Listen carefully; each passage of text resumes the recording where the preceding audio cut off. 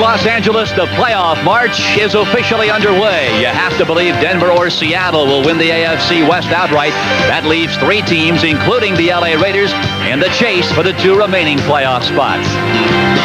Well, a very pleasant good afternoon to you, everyone. I'm Phil Stone, along with Dave Rowe. You know, the Raiders traditionally have made their mark, David, by taking advantage of everyone else's mistakes. Not so in 1984. Absolutely not so. They've fumbled the ball 32 times. They've lost 18, and they've thrown 21 interceptions. This is not a typical Raider team. And it could get worse today. Yesterday, USC and Notre Dame played on this field, and a virtual downpour. The field is a mess. It is absolutely a mess. I was down on the field. There's virtually no grass from hash mark to hash mark. They did roll it, but it's spongy, and by the fourth quarter, it is going to be a mess. Colts quarterback Art Schlichter will start only his 2nd game in the NFL. You have to believe this will bother him a little bit. Well, he's a scrambling quarterback. They've been sacked 44 times, and he has to have the ability to scramble out of that pocket. He does not have it today. He's going to have a long day.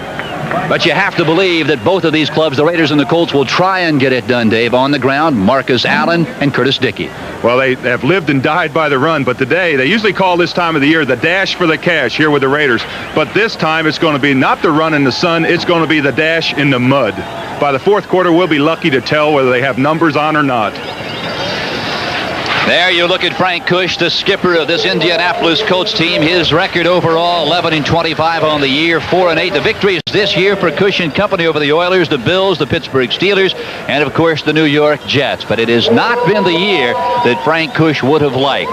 On the other sideline, there you see him, Tom Flores, his regular season record, 55-30. The team coming into this ball game 8-4, and Dave, this is conceivable. This ball club could finish again with a 12-4 record, a record that got them all the way to the Super Bowl just a year ago. Well, what's so interesting about this year is that they're basically in the same position that they were last year. Last year at this time they were 9-3. Now they're 8-4. But the 2 teams that are in the division also, Denver and Seattle, have played so well. And, of course, Denver and Seattle going today at Mile High Stadium, and we will keep you up to date on that score all day long. A week ago, I was right here at the L.A. Coliseum, and what a day it was for a man by the name of Rod Martin, the inside linebacker for the L.A. Raiders. Take a look at this. Well, Rod Martin is always in the right place at the right time. I remember in the Super Bowl, he intercepted 2 or 3 balls a couple years ago. He just, number 53 in the bottom of your screen, just is in the right place at the right time. Watch the fumble here. He's going to pick it up on a dead run. Now, it's a long way to go, 77 yards. Watch how many blocks some of these guys throw. Nice block there. Now, he starts to slow down. They're telling him, slow down. Don't run so fast, Rod. And all of a sudden, now, it looks like he's going to get tackled here. He's just about out of gas. But all of a sudden, he gets a good block, and he pours it on this last 5 or 6 yards. I guess that's pouring it on if you're a linebacker, right? Well, I don't think I could have made 77 yards. Well, we're set to go. Dean Biasucci is on for the Indianapolis Colts. He will kick it away. Back deep to receive for Los Angeles. Back inside their own 5-yard line, Clee Montgomery, number 28, and Dokie Williams out of UCLA, number 85. Dokie Williams, number 2 in the NFL in kickoff returns, better than 27 yards of pop, and he will have a chance here from the 6-yard line. We're underway. Across the 28 out near the 29, and he is down there. So the Raiders with excellent field position to begin the ball game. For Los Angeles, this is the way the offensive set will align. Wilson at quarterback. The running backs, Marcus Allen, Kenny King. The receivers, Cliff Branch, Malcolm Barnwell, and the tight end, Todd Christensen. The offensive line, Bruce Davis, Kurt Marsh, Dave Dalby, Mickey Marvin, and Henry Lawrence, a pair of guards who did not start the 1984 season. Well, Phil, the big thing today is going to be say how long this field stays up in the condition it's in right now. As we talked about earlier in the game, earlier in the pre-talk, this is a very, very poor field today. It's going to be really crucial how long this field stays in good condition. There's a flag already. That was intended for Malcolm Barnwell.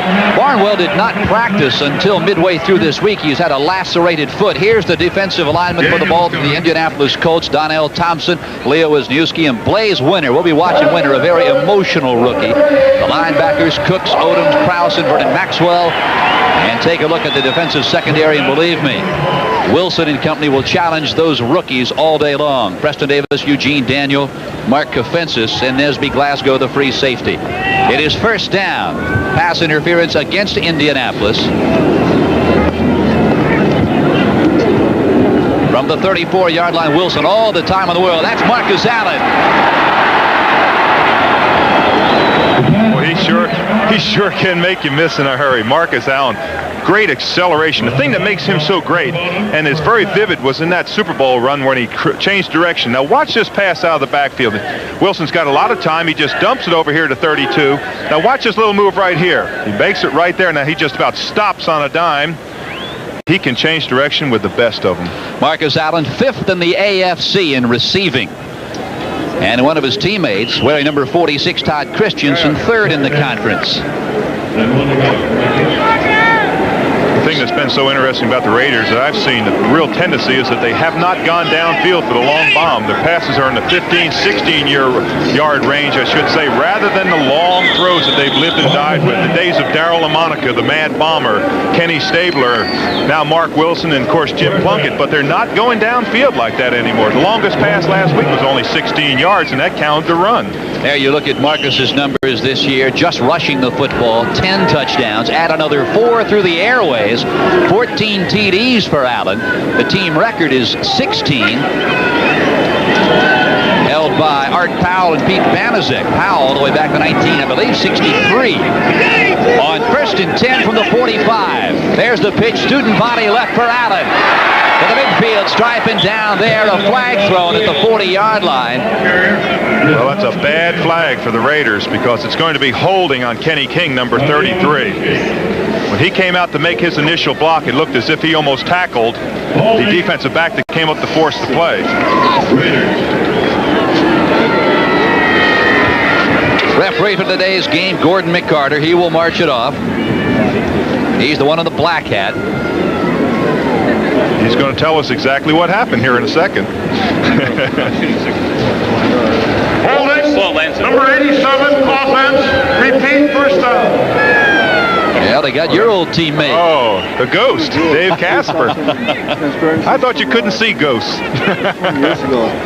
It's amazing to me that they taught holding back at Notre Dame 11 years ago. First down, 1st and 20 now from the 35-yard line. Wilson will put it in the air.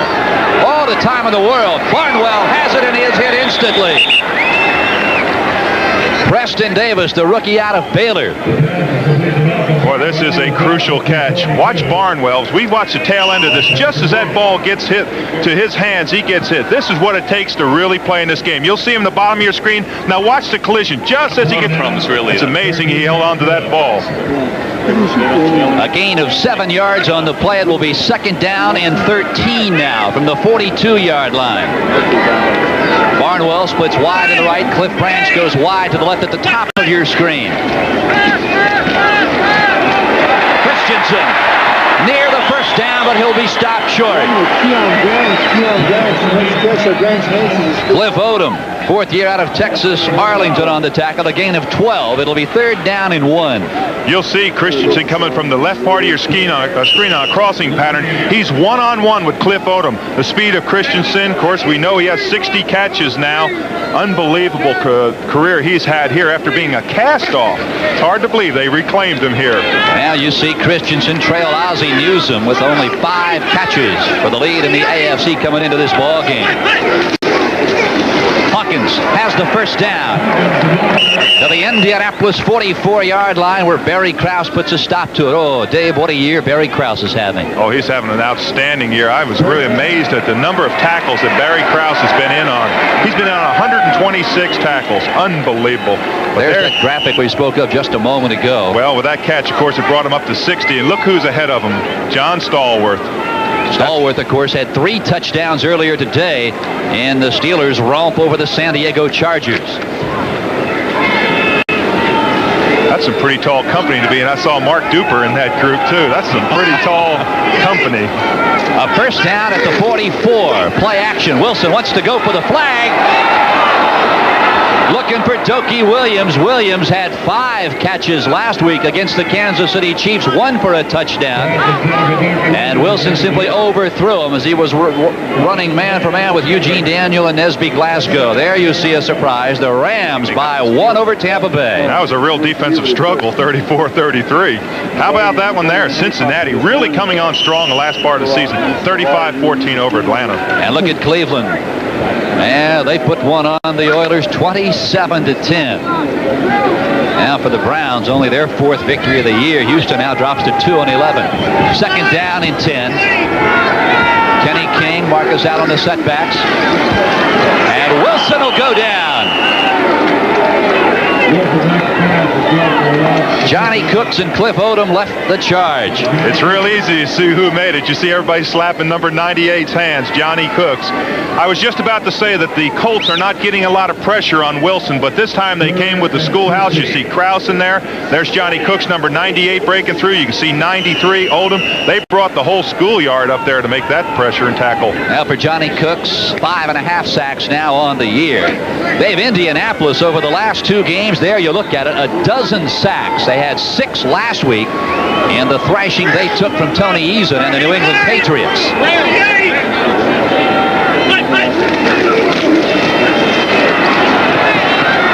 What a catch, almost, for Marcus Allen. Thrown high, George Radachowski in the neighborhood. It'll be a punting situation for Ray Guy on the Raiders.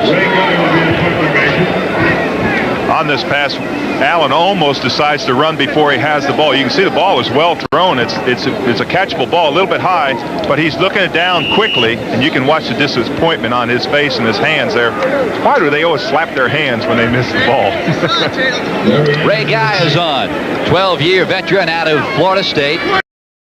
Bill, I saw an interesting stat on Ray Guy. He's kicked in the National Football League for over 21 miles of yards. I think I said Florida State. Of course, Guy out of southern Mississippi. Fumble! And I think the Raiders have recovered the ball at the 15-yard line.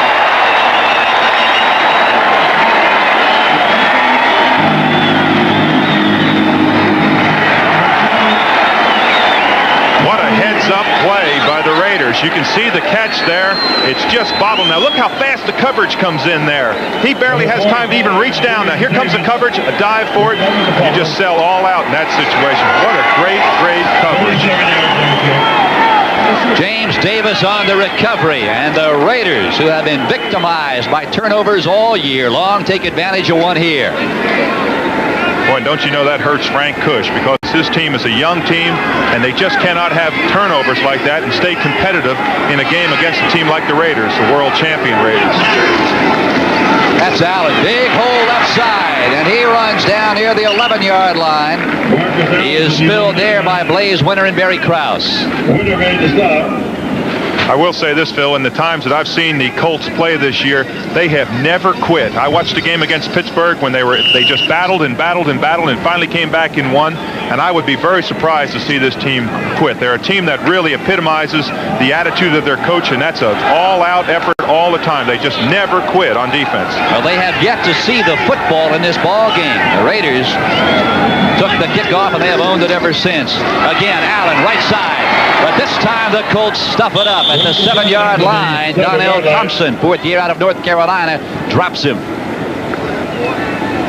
The Giants have come back to beat the Kansas City Chiefs. It was really a must-win for New York. It certainly was. That's the first time they've been in contention, really. Look at that score there. Washington really rolled it up over Buffalo, 41-14.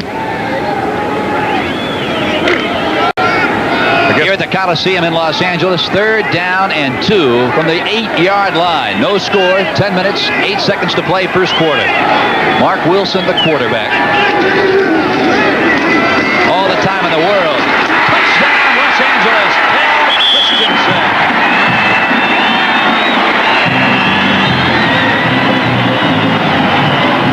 Well, it's a 7-yard touchdown pass. Mark Wilson really throws this ball, and you can see Christensen in the center of your screen just does a simple turn-in pattern. The ball was thrown very well. It had to be a bullet to get in there in between the defenders, and Wilson really delivered on that ball. For Christensen, his 6th touchdown of the year, his 60th catch of 1984. Chris Barr on to try and tack on the point after, and he is perfect through the uprights. Clock stops. 9 minutes, 58 seconds to play in the first quarter, and the Raiders have drawn first blood at the Coliseum. Score, that time elapsed really doesn't tell. That's after they recovered the ball, but they went only 3 plays, 15 yards after the penalty. After the fumble, but they're right on top now. Thanks to a pass from Mark Wilson to Todd Christensen. Chris Barr is on to kick it away. There you go. Seattle leading Denver early first quarter at Mile High. How about one big play of 80 yards from Craig to David Turner for that score? Bill Smith. Flag is thrown in. Smith returns it to the 18-yard line. A flag is down. Well, I think there's 2 flags down. It looks as if there's going to be one that's going to be offsides on the kicking team, and the other one is, I believe, would be against the Colts. That is the situation here at the Coliseum. The Raiders, just a moment ago on a 7-yard pass to Christensen, lead this one 7-0. Offside, number 57, kicking team. Holding, number 29, receiving team. Penalties offset, re-kick. Now they'll re-kick it. Dave, we talked during NFL 84 how important this game is to Tom Flores' Raiders.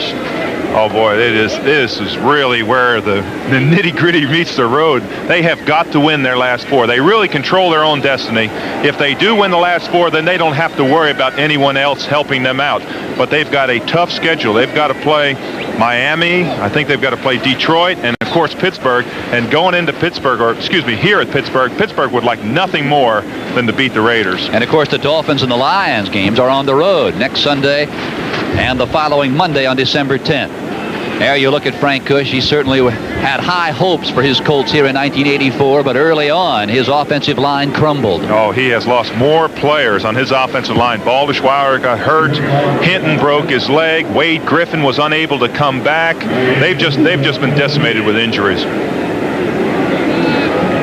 So offsetting penalties, and the Raiders will put it in play again. Chris Barr will tee it up at the 35-yard line.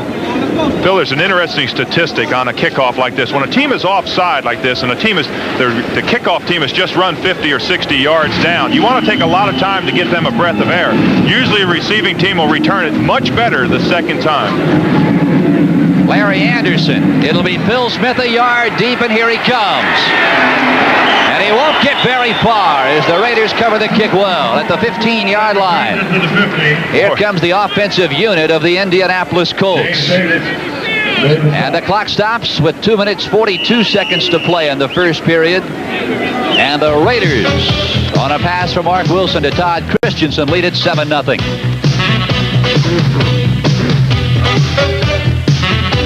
Nine minutes, 42 seconds to play. First quarter. Phil Stone along with Dave Rowe here at the Los Angeles Coliseum. And the Indianapolis Colts will get their first look at the football in this game. I'll bet you Mr. Schleister's eyes are going to be real wide on this series because he's starting inside his 20-yard line, no, a 15-yard line, and you cannot make a mistake in this situation, Mr. Schleister. McMillan and Dickey are the running backs. McMillan loses the football and then covers it. Dives ahead to the 16, a gain of maybe a yard. Mike Davis pounces on him. There's Schleister starting his second game in the NFL. Curtis Dickey, McMillan, the setbacks. The receivers, Butler Porter. The tight end today is Tim Sherwin. Ted Peterson, newly acquired from the Steelers, will start at left tackle. Kirchner.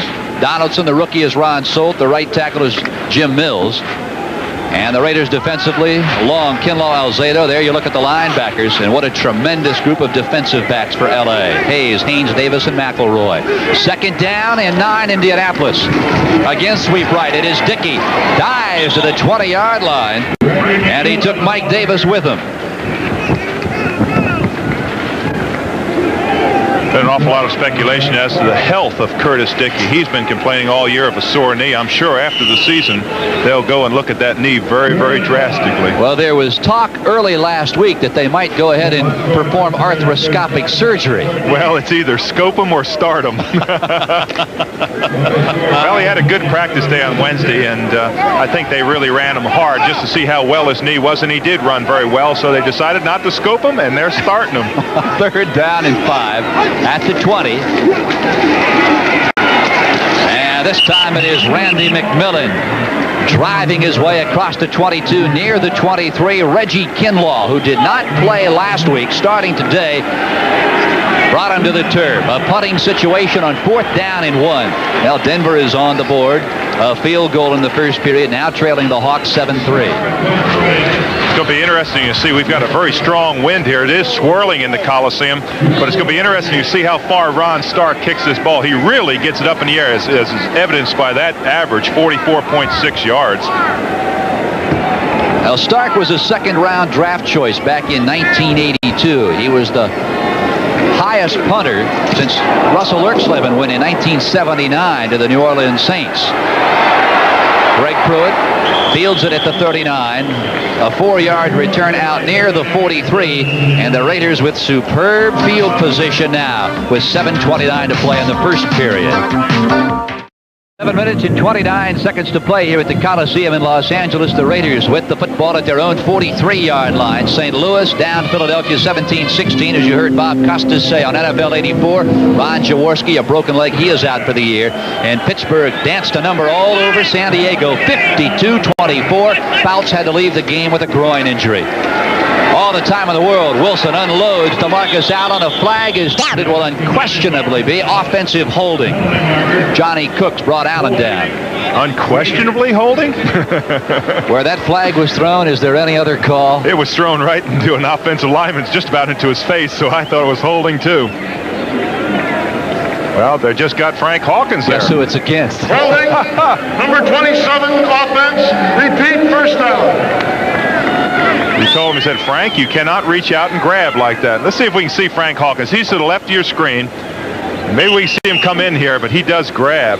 That's what they were. Well, let's see, right? No, we didn't really see it, but he did grab. It's awfully hard for those offensive backs to step up in that hole and to take on those linebackers that are on a dead run right down their throat.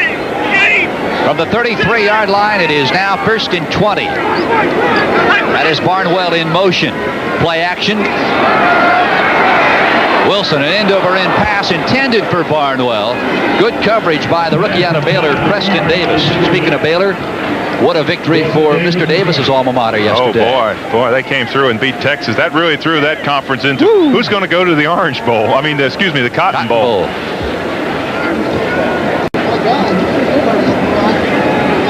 So now it's 2nd down and 20. Now, the last time these two teams met, you go back to 1977. You were a member of that Raider organization. I certainly was. And you can see down the bottom there, double overtime. We went 6 quarters before we sent Dave Casper to the post. The ghost to the post. There's Marcus. Tries to hurdle number 25, Nesby Glasgow, and does not get much. That was an unbelievable day. I'll never forget that. It was cold. It was in December. We came in there, and it was just what a struggle it was. We just kept on fighting back and forth. Went into the 5th quarter, went into the 6th quarter, and finally Dave Casper walked up and came in the huddle and said, Stabler, he said, Snake, I can beat him to the post. Stabler unleashed a pass to the post. Casper went in just like it was nothing. We went on to, well, of course, we lost the next week to Denver, but boy, I'll tell you, those were great days. Well, were you happiest that you won the football game, Dave, or just at the fact you didn't have to work anymore? Well, I was so happy it was over. I was really tired. 3rd down and a bunch. Wilson to Christensen. Fights off Glasgow on his feet to the 47-yard line. A 12-yard gain. George Radichowski brings him down. Boy, is Todd Christensen dangerous once he receives the ball. He's got the strength, the 230 pounds, just about flip off those defensive backs. Watch this catch here. He catches the ball, comes out late. Now watch number 40 come into your picture. Look right there. He just throws Nesby Glasgow off the block. I'll tell you, he has got tremendous strength. It's hard to believe that they casted him off of Dallas. He came here, a reclamation project here for Al Davis and the Raiders. Here's Ray Guy on 4th down and 6. A beauty. And what in the world is Larry Anderson fair catching inside the 6-yard line? A 47-yard punt. And you can be sure that Frank Kush will have a word with Mr. Anderson. Well, they always tell the punt returners, when you stand on the 10-yard line and it goes over top of your head, don't back up. When you're standing on that 10-yard line, you never back up. But we've got a flag down here. Now watch the referee on the right side of your screen here. I think we see the referee. Boy, yeah, we see him underneath there. He's in that striped suit right there. That was Otis McKinney, who ran over him like a bullet train. So the clock stops with 5:42 to play. Penalty against Los Angeles. Internal lineman illegally downfield, number 30 on the kicking team. Repeat, 4th down. Well, Stacy Torin, an interior lineman on the punt team for the Raiders, was downfield a bit too early. So the Colts get a break. Well, don't you know Ray Guy hates to lose a 50-yard punt. He really got that thing. If it just about brought another rainstorm when as high as that ball was. I looked out, and I could see that ball level with our booth here, so I knew it was up there. But now he's going to get an opportunity to kick a 55-yarder. And Anderson is the only guy back at his own 16-yard line. Good snap. Guy all the time in the world puts another one in the jet stream. Anderson backs up on the 9-yard line. Tries to juke step a few of the guys in black and silver, and there you see the head cheerleader. A 45-yard punt. Clock stops, 5:30 to play. Next Saturday, the PBA Fall Tour continues. It's bowling at its best here on NBC. Now, Mr. Schleister has his work cut out for him to try and get an offense that has been very spongy all year long untracked here. Out of the eye. That's Dickey. He won't get much. Reggie Kinlaw, the nose tackle, stuffs up the middle. Well, they have got to come out and throw a pass to loosen up this Raider defense. The Raiders have got 9 men inside the 5-yard line. They are really coming up on the ball because the field position that Indianapolis is in. I'm not going to say Baltimore this week, but the field position that Indianapolis is in warrants running. And Schleister has got to come back and pump a ball to loosen up this Raider defense. Of course, he's going to have to throw, David, against a defensive secondary, one of the very best in all of football. Guys by the name of Haynes, Hayes, Davis, and McElroy. Well, I don't know where there's a weak spot in that secondary. They have probably the finest 4 defensive backs that play this game as a group. Well, Schleister has called a timeout for Indianapolis. He will talk things over with Frank Cush and company. Clock stops with 4:52 to play. And the Raiders holding on to a 7-0 lead thanks to a fumbled punt by Indianapolis. Thank you very much, Vin Scully, for that report. The Golden Bear can still burn the wood, as Lee Trevino would say, Dave. I'll tell you, if I was winning $240,000 in one hole, you'd see a lot of emotion on me, too. In motion, Tracy Porter. It is 2nd down and 8. Schleister's first pass. A little flare to Porter, but he does not fool Lester Hayes. A flag is down. That may be the inadvertent face mask. It's going to be interesting to see what they call here because Lester Hayes had him just as he caught the ball. Boy, Lester plays tight man-to-man coverage. Wow. Now you called it, Dave Rowe. An inadvertent face mask out of bounds at the 15-yard line. It'll still be 2nd down, but tack on another 5 yards. Let's listen. Face mask penalty, 5 yards, number 37 defense. It is still 2nd down. Well, the one thing you don't want to lose him on this. You can see Lester come in there. It isn't a blatant face mask, which is 15 yards. It's just a hand raked across the face mask. It was really kind of an insignificant face mask, but it is a 5-yard penalty. It's going to bring down 2nd and 2 yards. It's a good down if Mr. Schleister wanted to go to a pass now. I remember a guy who wore the horseshoe on his helmet by the name of Unitas. This was his play. 2nd and short, he would go for it all. That is Curtis Dickey, and he will be stopped short by Darrell Byrd, who is starting his first game at inside linebacker for Los Angeles. Well, that's where the Colts think that they can run, according to the plays that they've selected so far, is against Darrell Byrd, but they have not run well. Look at that, held them to 20. The defense of the Raiders held the Chiefs to 20 yards rushing last week. And another interesting statistic that's not up there is that they did not convert 1 third down into a first down. And the Chiefs had 11 opportunities to convert a 3rd down. What's interesting about holding the Chiefs last week to 20 yards rushing, Dave, is that is not a Raiders record. Back in 1972, they held the Broncos to 13 yards.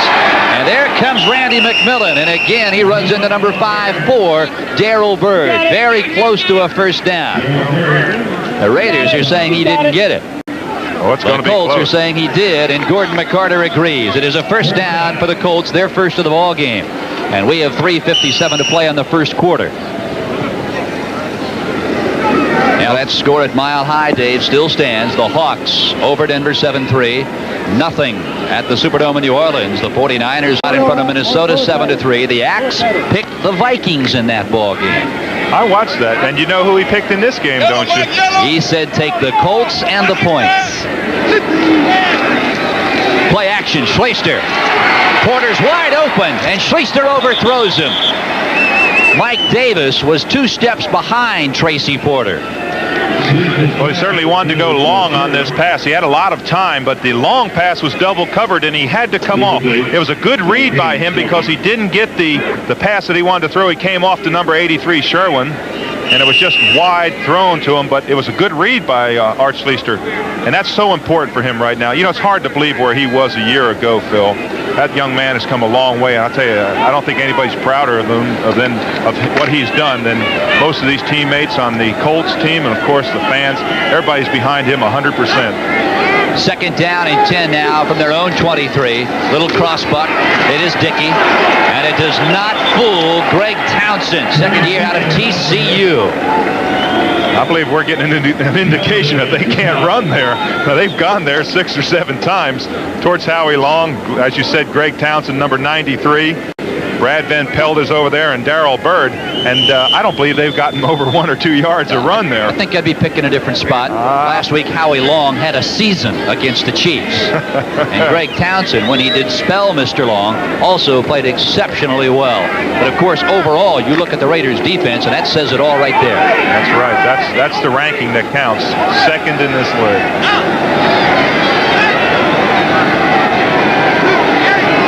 The I formation in motion, Mac Booza. Now he comes back this way. Schleister on 3rd and 9. Pressure. There's Porter. On his feet to the 47-yard line, and he covers the football. Mike Haynes on the tackle, a gain of 24 yards for Indianapolis and Art Schleister. And what a great poise by Schleister back in the pocket. Gets a lot of pressure coming from the left part and the right part of your screen. Really threw that ball well in between the seam. To watch Tracy Porter turn it on, he almost lost it here. Look how the Raiders tackle the ball at the end. They tackle the ball, they pulled it off, but that was Howie Long that gave him the real pressure. Watch how Howie Long fights off those blockers. You never get into his body. Hey, that's why he's an all-pro year after year. Long ran around Mark Kirchner like he wasn't even on the playing field. On first down, Randy McMillan met in the backfield by Alzado. Brad Van Pelt also there. Hello. Lyle Alzado. How many more years do you think he'll play like he's 20? 20? Well, he'll beat me because I only lasted 13. But that was a real hello there. He'll play another 20. Oh, another 20. Yeah, that's right. He's played 14 already. 14th year out of Yankton. You suppose the people at Yankton remember Lyle Alzado? First player ever drafted out of Yankton, and I don't know if there's been another one, of course. Now, where is that school? I'm going to ask you that. Do you know where it is? Of course, it's in South Dakota. South Dakota. Schleister. Howie Long. Tremendous pressure on Schleister. Art was looking for Tracy Porter. I think he just threw the football away. He had to hear Long coming. Oh, you could hear those footsteps in the distance. The hardest thing for a quarterback is when you set up and you can hear that defensive back coming, that defensive lineman coming from your backside. You can't see him. And boy, oh boy, did Howie Long rush him. Schleister has always been, Dave, a very emotional quarterback during his years at Ohio State. Well, I'll tell you, he used to really get on the case of a lot of wide receivers who didn't run their routes the way they were supposed to be run. And quite frankly, that has been a problem with the Colts over the last couple of years. They do not run consistent pass patterns. Absolutely. Bernard Henry, of course, their leading receiver last year, has had a big stigma this year that he doesn't run disciplined patterns. And if you don't run disciplined patterns, you cannot run concentrated super offense. You just don't run well if you don't run the right patterns. Intended for Tracy Porter, almost found Rod Martin. He got his hand on the ball. The flag is thrown where Martin and Porter collided. Well, Mike Davis is there trying to say it's an offensive, and he got it. He said it was an offensive pick, offensive interference. It's a pick play where they actually try to wipe the defensive back off. They try to do a pick just like a basketball pick. You come down and you stop short and let the defensive player run into you. I had no idea Mike Davis was a lawyer. Boy, he pleaded his case well in that court. Yes, he made his point, and it was well understood, and they got the call. So Ron Stark on 4th down and 11 with 58 ticks remaining in the first quarter is on to punt it away. His second punt of the ball game. Stark's longest punt this year, 72 yards. Well, he's been bothered for the last 2 or 3 weeks with a sore ankle, which may be the cause of that poor pass. That poor punt in the first quarter. Greg Pruitt, there you see his numbers, almost 9 yards a return. Good punt, not much pressure. And Stark puts this one up to shoot. Pruitt will let it go. Or will it go? Oh, what a bounce for Indianapolis, down at the 4-yard line. A 49-yard punt, and the Raiders, for the first time today, will begin deep in their own end. Well, this is probably the biggest series for the Colts. You can see the ball takes the sideward bounce. Pruitt steps up. He realizes, he's the old veteran, he realizes that you don't field that ball inside the 10. You let it take that bounce, but it takes a sidewards bounce. Now, the important thing is that the Colts, as we watch Radachowski down the ball, is that the Colts come out with their defense fired up and they stop them. Don't allow them to get out of this territory. Don't allow them to get out of the 3-down territory. They'll get the ball. If they can hold them here, they'll get the ball well within the 50-yard line, and they'll have excellent field position, something that they haven't had this game so far. Most clubs would run in this area. I like Allen on swing passes, but this time it is Kenny King. He won't get much as he juke steps his way across the 6. Donnell Thompson on the tackle.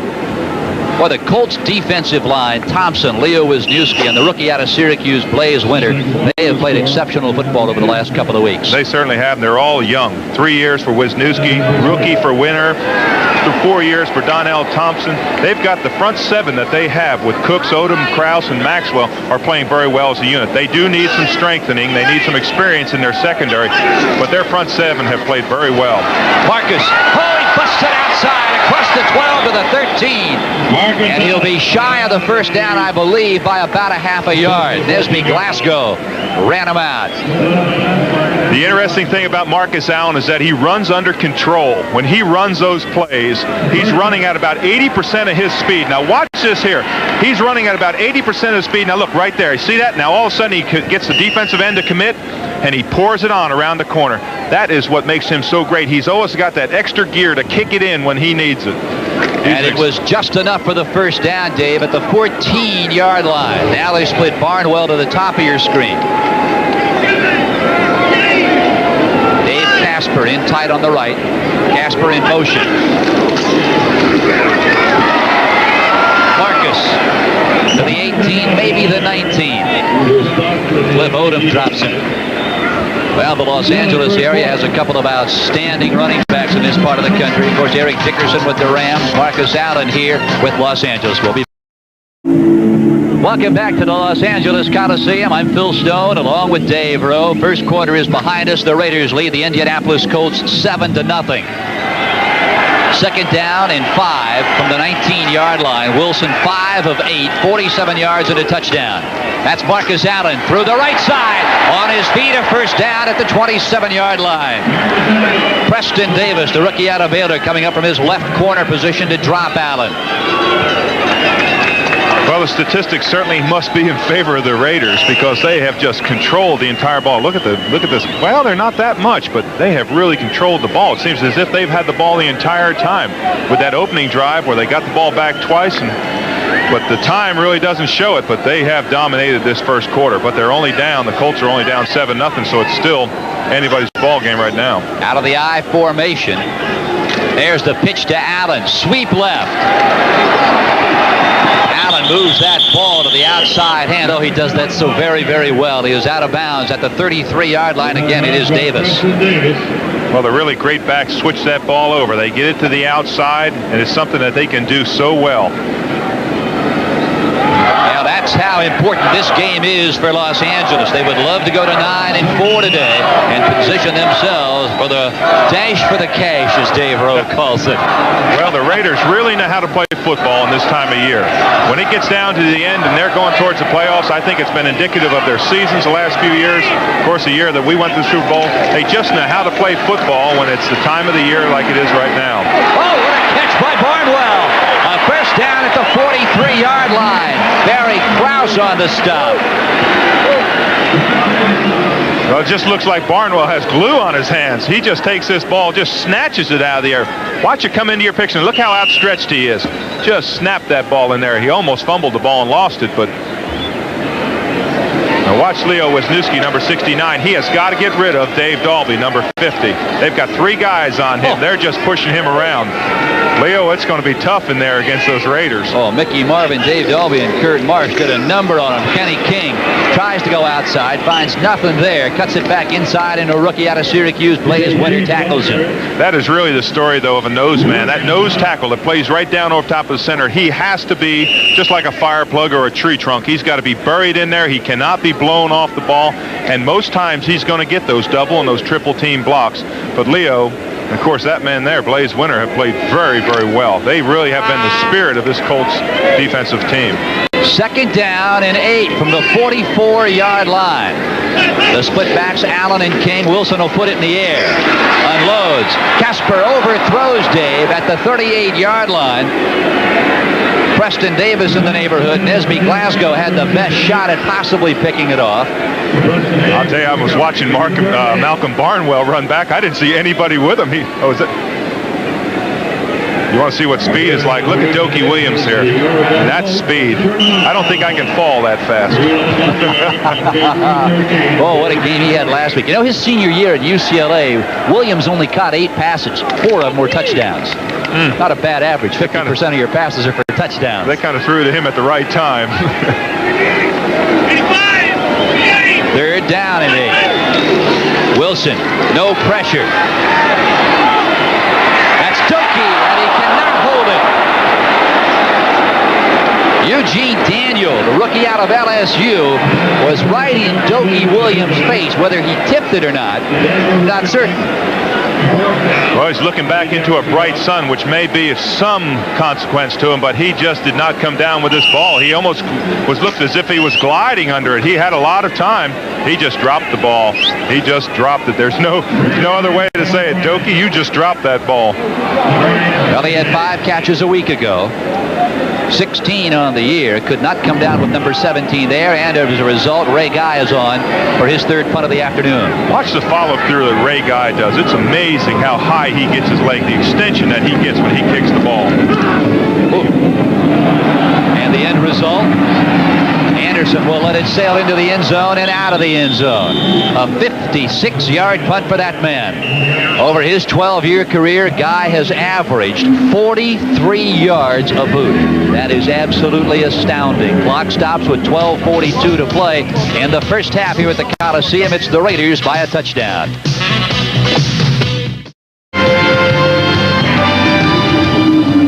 Yeah, the beautiful peristyle of the Los Angeles Coliseum, site of the Summer Games of '84. There you see Seattle has extended their lead over the Denver Broncos 10-3 in the 2nd quarter at Arrowhead. Here it is 7-0. Schleister, bootleg right, could run it.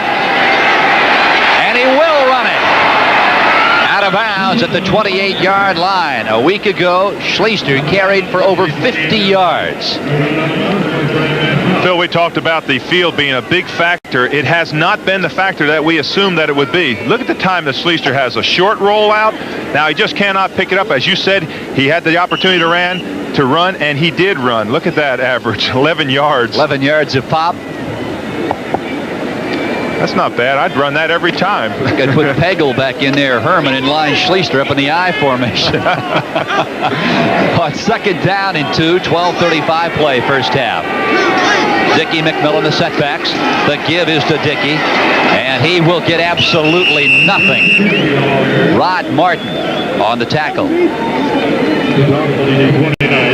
Wow, that's quite an experience factor there. That's the thing that really tells the youngness of the Colts. 3.1 years average. Of course, the Raiders are a much older team, 7.1. But that's a real indicative thing of how little experience they really have, because they've got a couple players that have 6 and 7 years, and they're the senior citizens on the team. 3rd down and 1.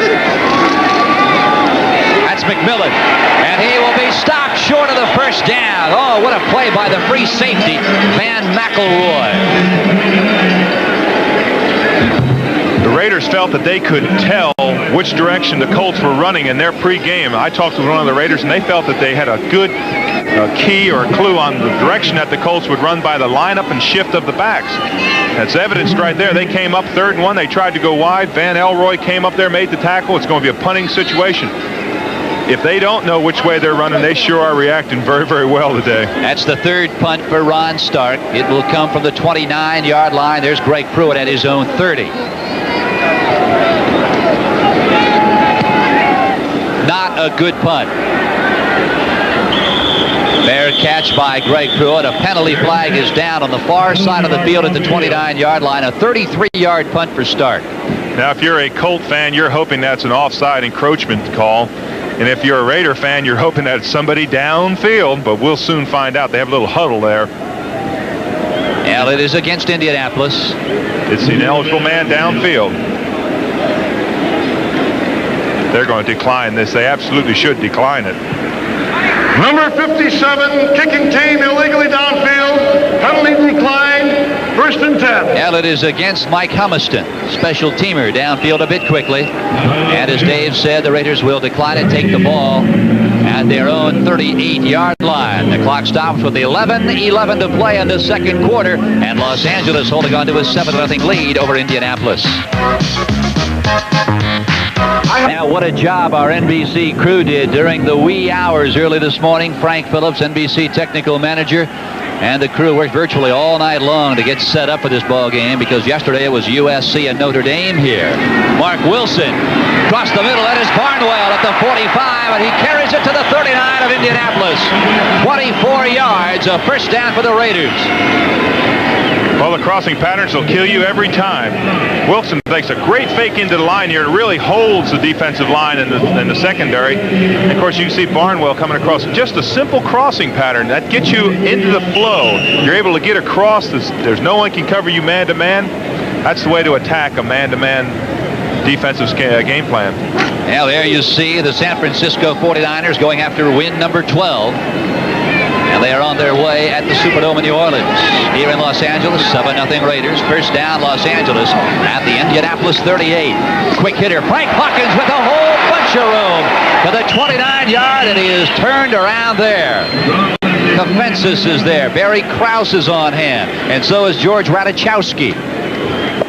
As you said, it's a quick opener. Watch the movement in the middle. The quick block, the trap there by the guard. You can see 60 in there, the trap on the defensive end.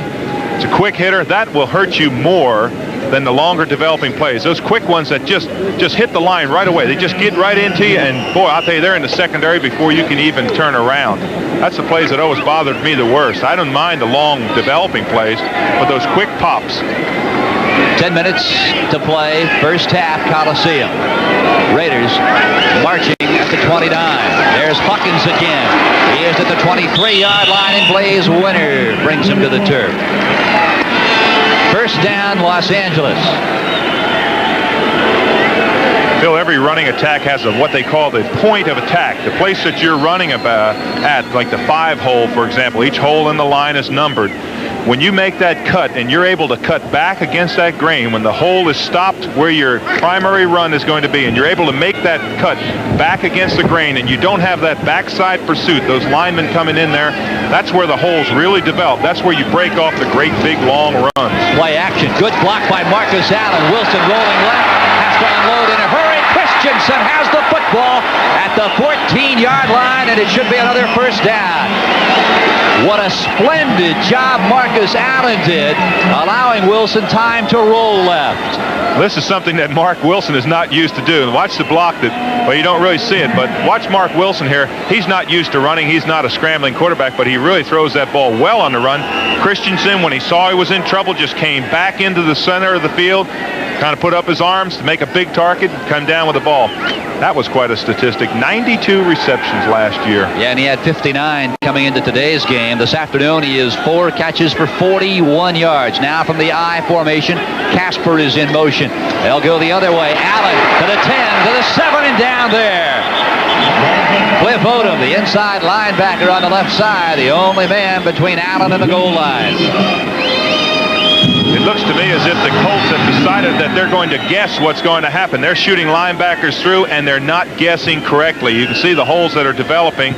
Great pursuit there, of course, by Odom, number 93, and the other players, but they're guessing on what they think the Raiders are going to do. They're not really playing right now solid defense. They're trying to shoot a linebacker through to make the big play, and they haven't guessed right yet. Now Well, last week the Raiders were in this situation at the Kansas City 8 and never gave it to Allen. This time he has it and turns his way to the 2, and I believe he coughed up the football. But the officials say Allen was down at the 2-yard line, no fumble. The Raiders will retain possession. That has been something that has really plagued them this year. 32 fumbles, they've lost 18 of them, and he fumbles this ball, but fortunately he was down on the ground before he fumbles. Yep, I guess he was.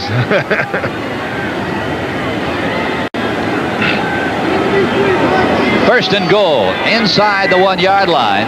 Allen is now coming out of the game. Hawkins and Kenny King are the running backs.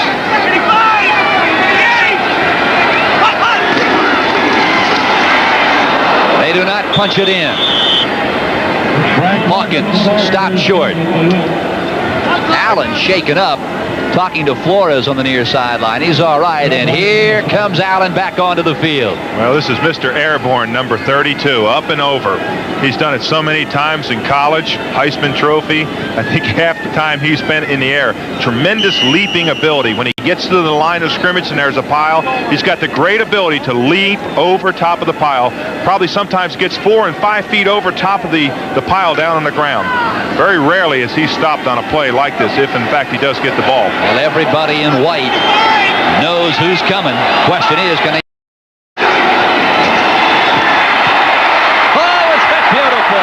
Casper. Well, you said it. Everybody knew what was going to happen, and Marcus Allen did come over top, and he would have scored a touchdown. In fact, he got hurt on the play, but they did give it to Allen. They threw the ball out to Casper. Watch Allen come over top. There's the leaping ability. Draws the defense in. There's the pass out to Casper, number 87. But one of the big plays on this, or one of the key things on this, is that Marcus Allen is down in the end zone and evidently hurt himself on that play. I think he landed on the top of his helmet, Dave. And there are 50,000 here at the Coliseum holding their breath as Marcus Allen is tended to in the end zone. Well, they're in fact going to make a dash for the cash. They really need him. Well, the thing that has been so successful for the Raiders, so Marcus Allen up and over, you can see there the fake, but he comes down on his left shoulder, and he may have a slight separation. They're working on him on the sideline, and if they are, in fact, as I said, going to make the dash for the cash in this late part of the season, they really need the efforts of Marcus Allen. He is the heart of their offense. Chris Bard tacks on the point after his second attempt of the day, and he has converted number 2. L.A. by 2 touchdowns. Bill, we just got a report that it's a pinched nerve in his neck, and it's too early really to tell whether he's going to come back. Chris Barr puts it in the air. Larry Anderson grabs it at the goal line. He's out across the 17 and down at the 18. Again, a flag is down on the far side of the field. Well, the Colts have started horrendous field position today. I don't think they've started outside the 15-yard line today. I think I'd just let the ball go in the end zone and start at the 20. Now you look at Marcus Allen. You see that fellow with the white hair there? He operated on me twice. I've got 2 railroad tracks on me from him. Bob Rosenfeld. He is a doctor. You can bet Marcus Allen would like to avoid any of that. Oh, boy. And you know the Raiders would, too. There's the scoring drive for the Raiders. They went 61 yards. It took them 4 minutes and 53 seconds to get there. A 1-yard pass after the great fake to Marcus Allen. Mark Wilson to Dave Casper, his 35th career touchdown. I think it was his first touchdown as a Raider since 1980. Well, that penalty that kept them so far back there was an illegal block. So they've started their drives today at the 15, the 12, the 20, and now the 7-yard line. Out of the I formation, Art Schleister has not had much of an opportunity to show what he can do. That's Dickey. Gain of a yard, maybe 2.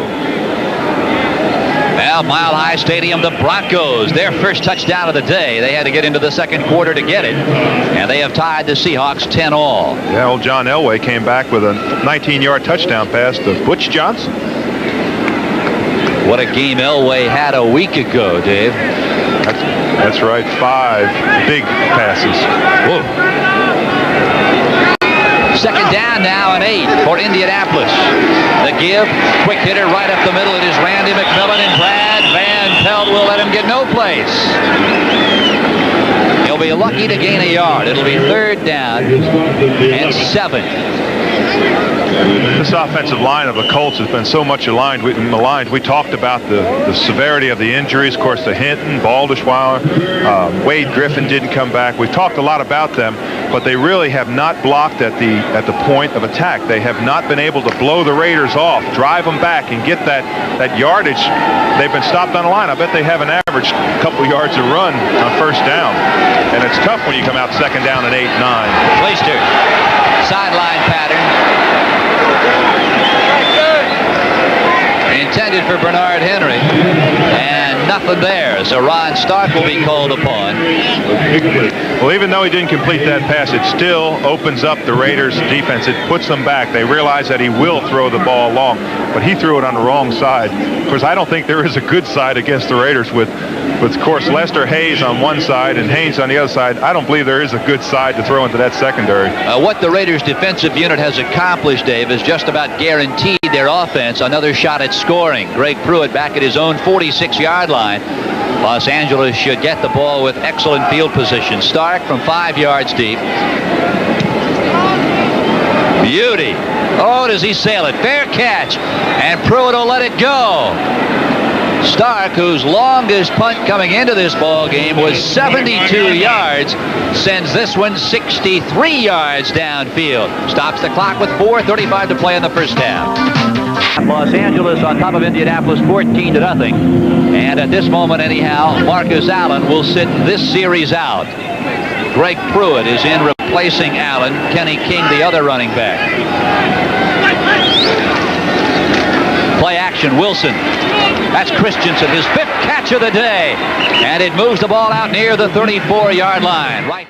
While we were away, we had a fight break out and flags flew from every different direction. The only problem with these fights is that it's always an offsetting thing. They call a fight on one side, they call a fight on the other side. They say, okay, it's offsetting, we'll play the play over. If they start a fight, then they should be penalized for starting the fight. Let's see what happens on this call. Kurt Marsh, number 60, is being waved to the near sideline. Now Gordon McCarter is going to say something to Tom Flores. I wonder if Marsh may have been ejected. They may have thrown him out. If that is, that would be a real big change, because usually when they start a fight, it's one side fights and the other side fights, as I said, and they just throw offsetting penalties. But evidently he's going to throw him out because he's gone. I believe that's it. Kurt.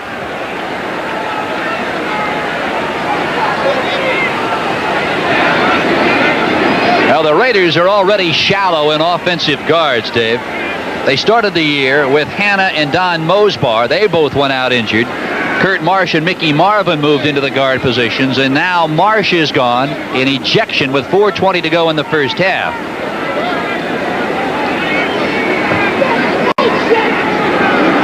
I don't think he likes it. He's kind of yelling on the sideline. Of course, now, I guess they could throw him out of the stadium, take away his ticket, but he is upset, to say the least. Let's listen. Personal foul, unnecessary roughness, number 60 on the offensive team. After the play, 15-yard penalty, still first down. Number 60 is disqualified. Well, as Dave mentioned a moment ago, normally situations such as those result in offsetting penalties. Not the case this time around. He's right in the middle of your screen. You can see number 60 there in the back part of your screen. It didn't look as if he got ejected on that, but evidently he did something that the referee did not like, felt that he instigated the trouble, and they threw him out. First down and 15 now for Los Angeles. Wilson going for Christensen. And does he take a shot? What a great catch at the 44-yard line.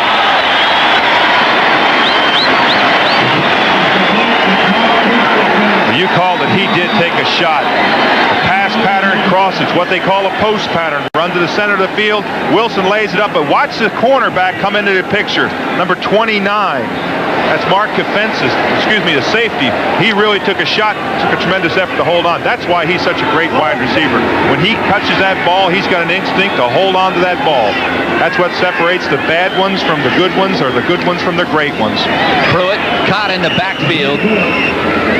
Johnny Cooks, tremendous pursuit. Cooks, who started his first 4 games at right end. Last year, Dave, he played inside. And this year, Cush has placed him on the outside on the left side. Well, he had a great day last week. Had 3 sacks against the Patriots, even though they lost by such a large score.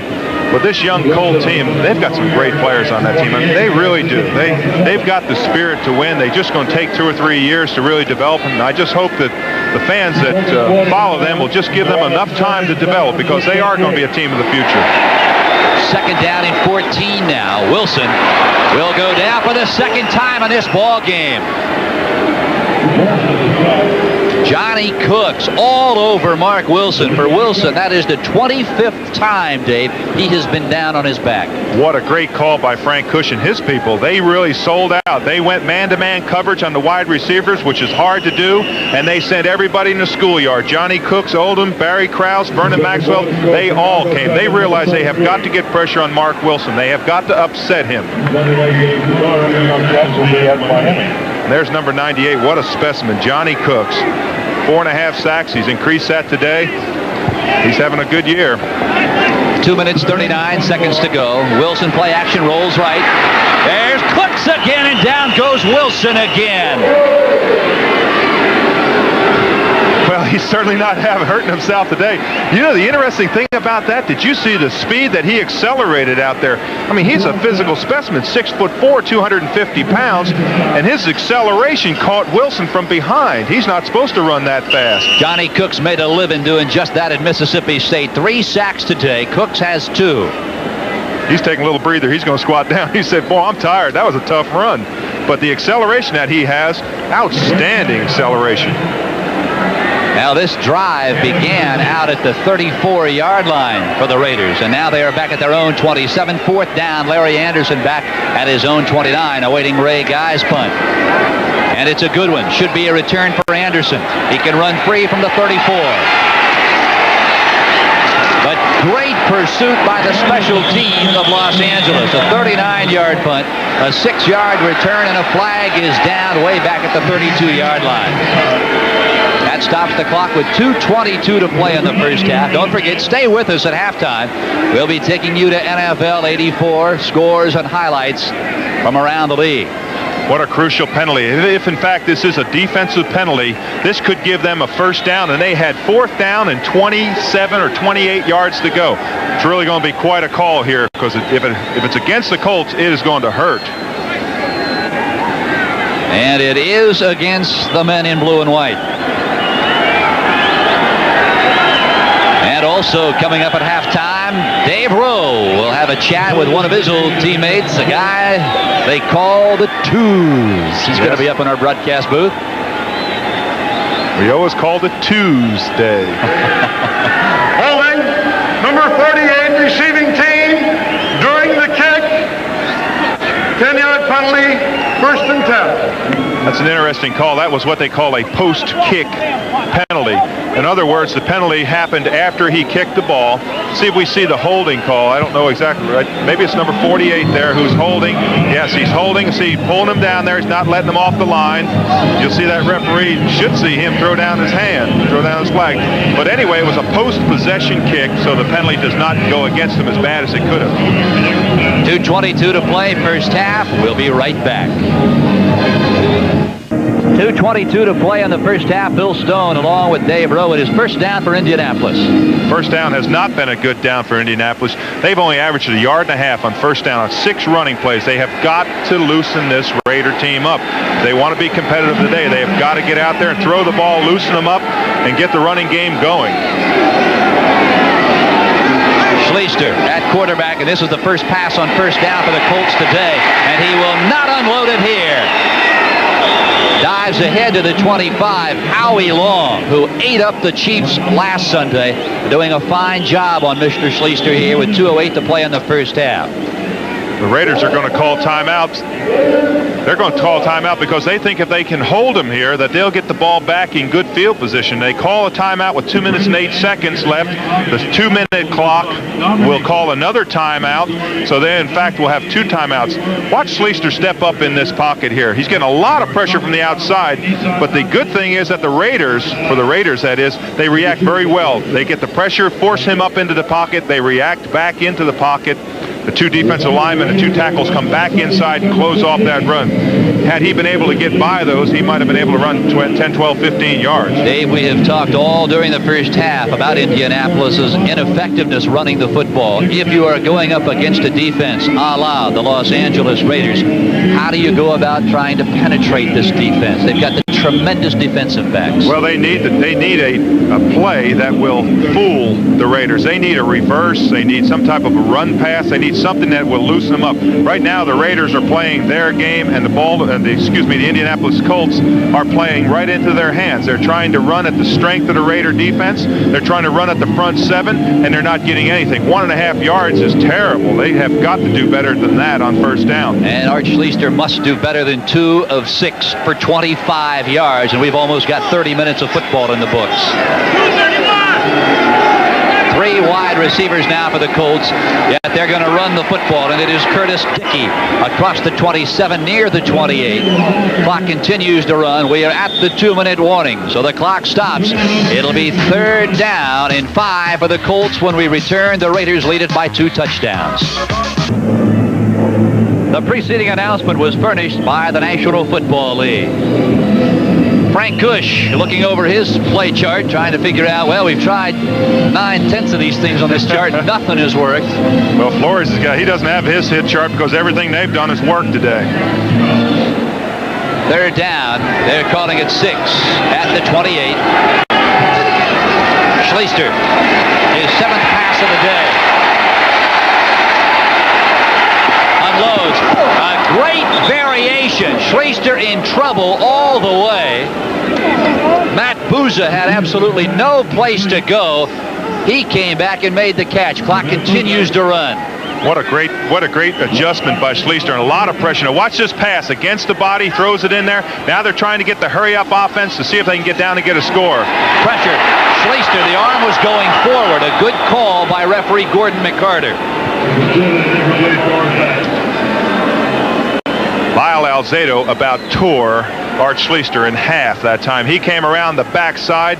You watch from the right top corner of your screen. You'll see number 77 coming into your picture. And he was very fortunate that this ball was going forward, because you'll see Mr. Alzado coming in there, number 77.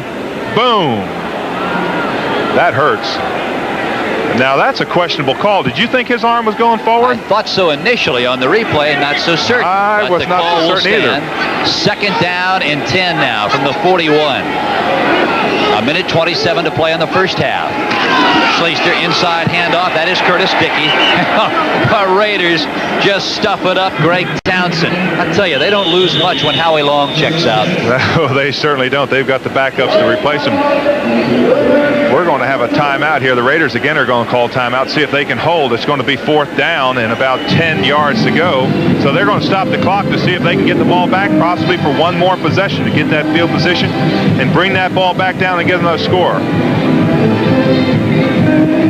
Well, the Raiders have really played the ball well on first down. You know, we talked about a little bit about when I was talking to some of the Raiders, well, one of the Raiders in particular, that I'm not going to mention who it was, but he said they had a real tendency on them. They thought they knew exactly where they'd run. They thought by the way the backs set up in the backfield that they could tell the direction and who was going to get the ball.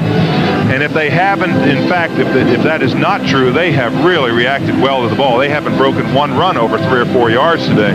You know, Dave, I remember several years ago, the Redskins were playing the Dallas Cowboys in a game, and I remember the Redskins at the time said after the game they had lost to Dallas miserably, and the Redskins said, or they should say they beat Dallas by a bunch. They said after the game that they knew when Robert Newhouse was going to get the football, because Newhouse would not put his teeth protector in unless he was carrying the ball.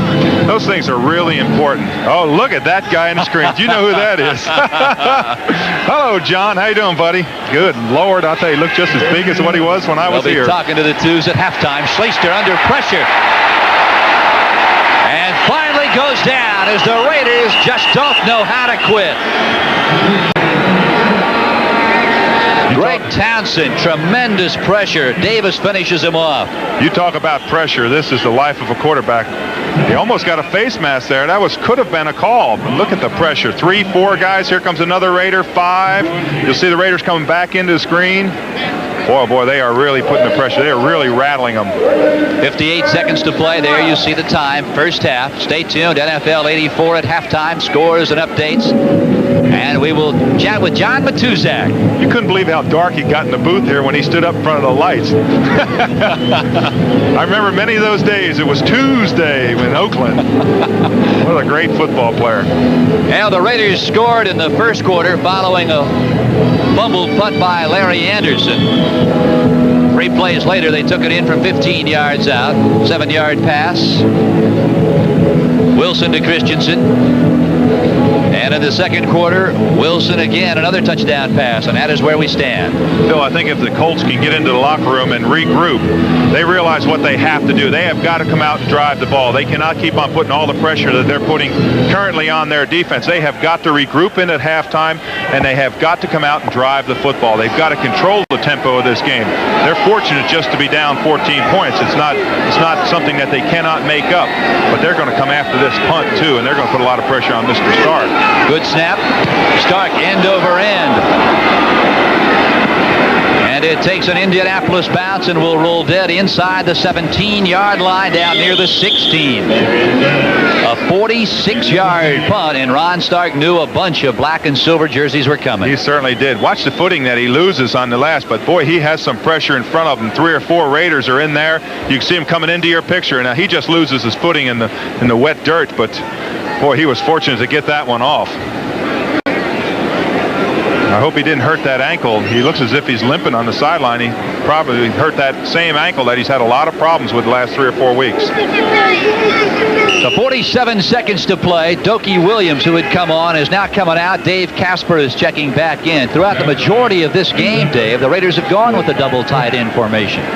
They certainly have. They've really felt that Casper really came in and played well for them. They're just going to drop on the ball here to run out the clock because they didn't get the field position that they wanted. Had they gotten the ball out towards the 35, 40-yard line, they probably would have come up with a play. But Casper's blocked so well for him. There's another acquisition. They traded him off to Houston. He was gone for a few years. They brought him back, and he just has played outstanding football for them the last few weeks. You go back to 1979, the Raiders carried 4 tight ends: Ramsey, Dave Casper, Raymond Chester, and Todd Christensen his rookie year.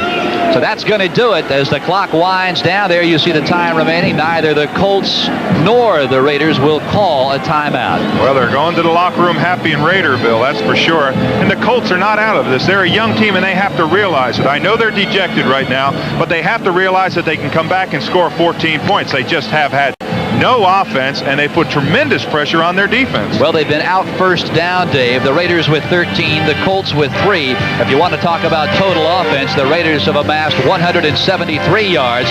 The Colts, a miserable 65 yards of offense through 30 minutes of play. Well, you certainly can't win football games with that type of an offensive output. It just puts too much pressure, as we said, on your defense. Well, as we said during NFL 84 at the outset of our telecast, it is a must-win for the Los Angeles Raiders. As Dave Rowe called it when he played for these Raiders, this is dash for the cash time, and nobody knows it better than the men in silver and black. Oh, they know what this means. This is the entire season. You play the entire season to get to the playoffs, and they know what it means to get to the playoffs. All right, that does it. It is halftime here at the Coliseum. The Raiders 14, Indianapolis nothing. We'll be back with a chat with twos, but right now, goal line for Indianapolis, Bill Smith and Larry Anderson. And we are underway. It'll be Phil Smith bobbling at the 7. Has it. Turns it upfield at the 15 near the 18.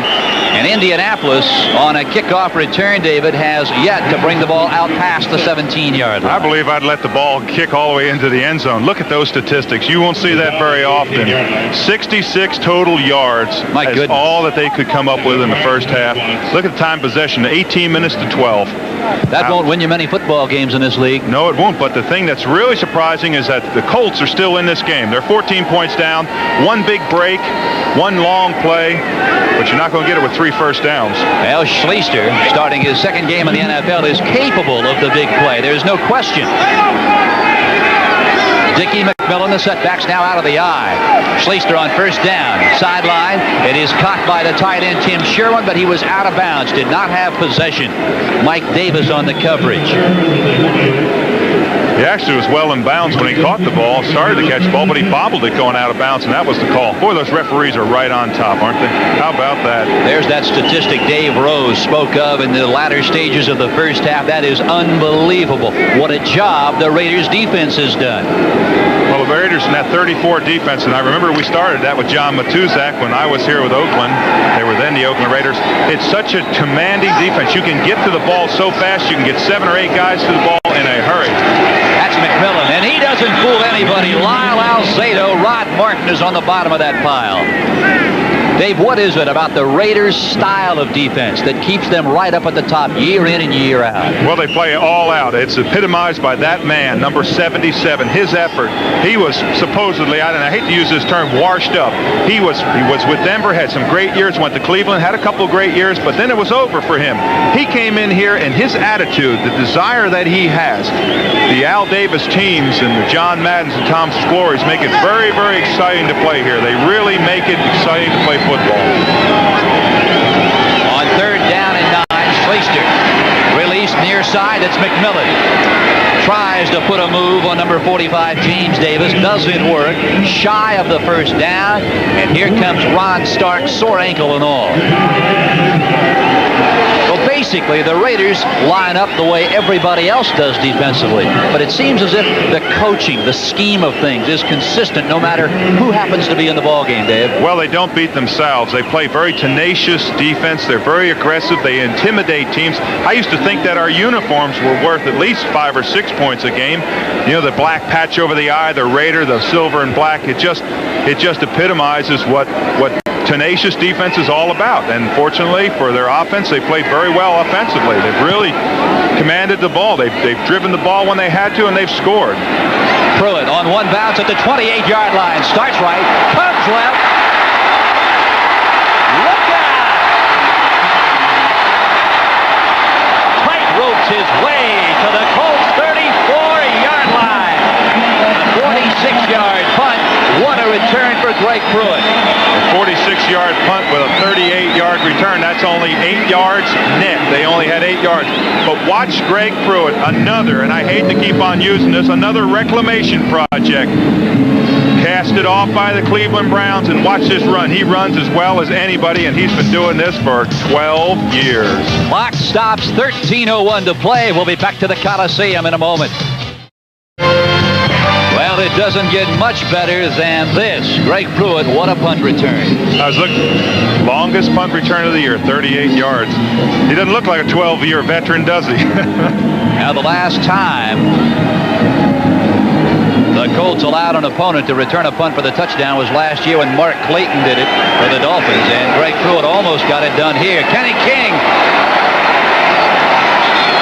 A little misdirection reverse. Leo Wisniewski, the nose tackle, came way off the center of the field to chase him out of bounds. Great reaction by number 69, Leo Wisniewski. He's one of the young stallions that are going to play this game for a long, long time. He's having an outstanding year. Kind of resembles Joe Nash in a lot of ways, the nose tackle with the Seahawks. Very active, very emotional, just likes to move around a lot. Leo plays this game hard. Of course, he went to Penn State, my alma mater, and learned very well there. Second down and 6. The ball at the 30-yard line. Raiders on the move. Wilson short drop. Whoa, does he go down in a heap? Johnny Cooks, his 3rd sack of the afternoon. Vernon Maxwell also there. That may be his 4th sack, but boy, Mr. Wilson better be glad that he ducked, because if he doesn't duck, he's going to get sandwiched in between 2 players. That's his 4th sack, Johnny Cook's 4th sack of the day. Wow. That's a half a career. I mean, a half a year, I should say, for most players. Now, that is 30 sacks on the year now for the Colts. They're 16th in their last 3 games. 4 down linemen again. Here they come again. Wilson steps up, and look out, down he goes. Johnny Cooks. How many guys on the field, Dave Rowe, have a number 98 on their back? Can Cooks be that many places? Boy, is he having a day today. Johnny Cooks, we talked about his acceleration. You see him jump through there now. He gets blocked. He wards off the blocker. He comes in here, and that's his sack right there. Watch Barry Krause going over the top, number 55. 5 sacks, and you know who has them all, don't you? Johnny Cooks, number 98. Now, that is the most sacks in a single game by a Colts player this year. And keep in mind, we still have a whole bunch of football left in the Coliseum this afternoon. I wonder what the record for the most sacks in a game is by a player. I have no idea, but 5's got to be up there pretty close because very, very rarely do you get more than 1, 2, maybe 3 sacks. 4th down and a bunch. Ray Guy is on to kick it away. He will be angling for the sideline. Question is, will he get it? Boy, he booms it out. And here comes the official up the sideline, and it is whistled out of bounds at the 7-yard line. The Colts cannot get a break. Ray Guy gets the job done. A 35-yard punt. We'll be back. The Colts' problems continue. Take a look at the average field position. The Colts have started at their own 15. The Raiders have averaged a start for their drives at their own 43. Great statistic. Out of the eye. Give to the eye back. That's Dickey. He moves it across the 10 out near the 12. A gain of 5. I think he got 4 or 5 yards on that play on first down. That's the first. That'll up their average a lot. But they just are bringing up 6 and 7 yards on second down. It's really presenting a problem. This telecast is presented by authority of the NFL. It is intended for the private use of our audience. Any rebroadcast or other use of this telecast without the express written consent of the Raiders and the NFL is prohibited. On second down and 6 now from the 12. Indianapolis trying to move. And this time the right tackle, Jimmy Mills, is up a bit early. Well, he was going to throw it, though. That's one thing about it, Phil. We got to say that. He was going to throw it. I always love that, how they mention your name whenever you do a play. They'll always say, you know, illegal start, number 76, Jim Mills, who just happens to be from Hawaii, 2 years in the league.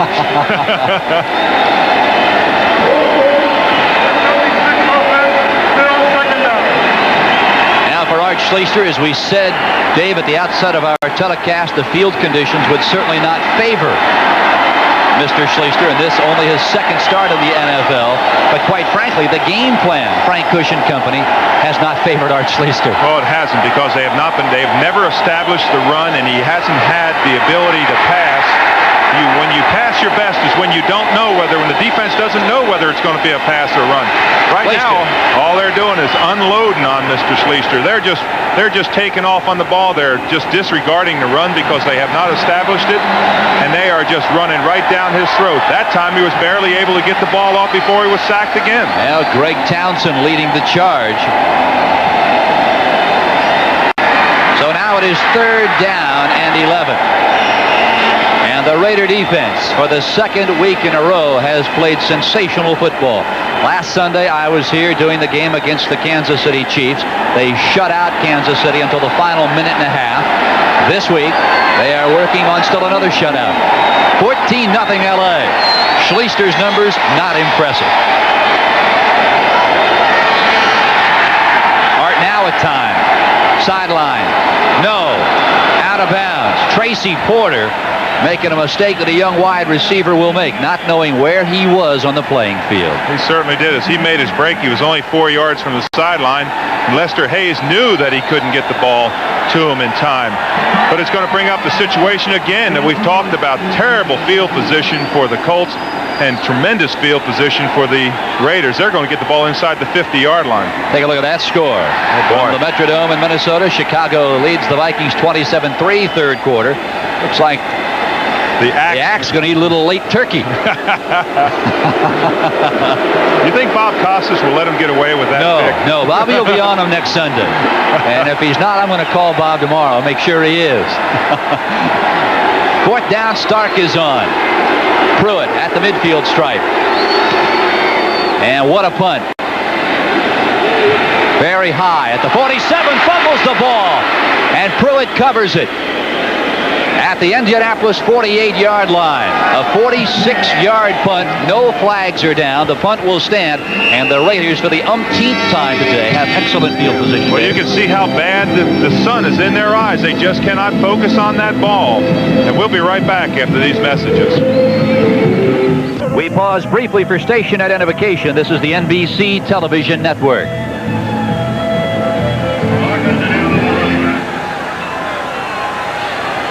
For the first time since midway through the second quarter, when Marcus Allen was shaken up, he is back in the ball game. Wilson going for the flag. Cliff Branch, and he overthrows Branch at the 5-yard line. That would have been his 500th catch if he had caught that ball. What a great player. I'll tell you, he's probably one of the greatest speedsters to ever play this game. He's got 499 receptions. Look at that. Look who's ahead of him. Old Freddie Blitnikoff, 589. I played a few years with both those guys, and boy, they just were a tremendous tandem. Blitnikoff, Branch, and of course Casper coming out of the tight end, and Stabler used him like you play a piano. Out of the eye. Here's Marcus. Sweep right. And he is grabbed around the ankles by Mark Kafensis and dropped, but not before Allen moves the ball to the 45-yard line. Well, when you talk about Cliff Branch, you also talk about that 1972 draft for the Raiders, Dave. Draft where they picked Mike Ciani as their first rounder, and then went after a guy by the name of Cliff Branch and Dave Dalby, both 4th-round draft picks. And they're still around. Well, we haven't mentioned old Double D, number 50 in the middle. You know, everybody on the Raiders had nicknames. It was really kind of fun when we were there. Number 50 has played an awful lot of years, 13 years out of UCLA. Boy, he has played steady football. Only the second center to ever play for the Raiders, start for the Raiders. The other one being, of course, Jim Otto. Marcus Allen almost. A circus catch at the 33. Nesby Glasgow knocked it away, so Ray Guy will come on. Watch Allen come out of here. He can do so many things. You just can't cover. There's the fake that he makes. He almost catches this ball one hand. He is, look at that. I'll tell you, he has a talent that very few people are blessed with. I'll tell you, he can do it all. Saw him take that foot and move Glasgow right over the top. So Guy is on. Well, he was a wrestler in college too, probably, and that was a single leg takedown. I said he could do everything. Anderson, Larry Anderson, back at his own 10-yard line. Colts showing 10-man rush. Here they come. They won't get close. His Guy end over end. Anderson, fair catch at the 15-yard line. Downs it there. So the clock stops with 9 minutes, 51 seconds to play in the third period. The Raiders continue to lead the Colts 14-0. Say, join us next week for an NFL doubleheader right here on NBC Sports. There you take a look at our featured game, Denver versus Kansas City. Pittsburgh will be at Houston. I'll be along on that one. Indianapolis travels to Rich Stadium to take on Buffalo, and Cincinnati and Cleveland will lock up for the second time this year, this time at Cleveland Stadium. And the second half of our doubleheader, the Raiders, the Orange Bowl against Dan Marino and the Dolphins. What a ball game that's going to be. That'll be outstanding. I just got word that Seattle, you know, we talked about Craig throwing that 80-yard pass. He just threw a 64-yard pass to get Seattle back up 17-10. First and 10, Indianapolis at their own 15-yard line. That's Dickey. All day long. Same result. Lyle Alzado in Dickey's face.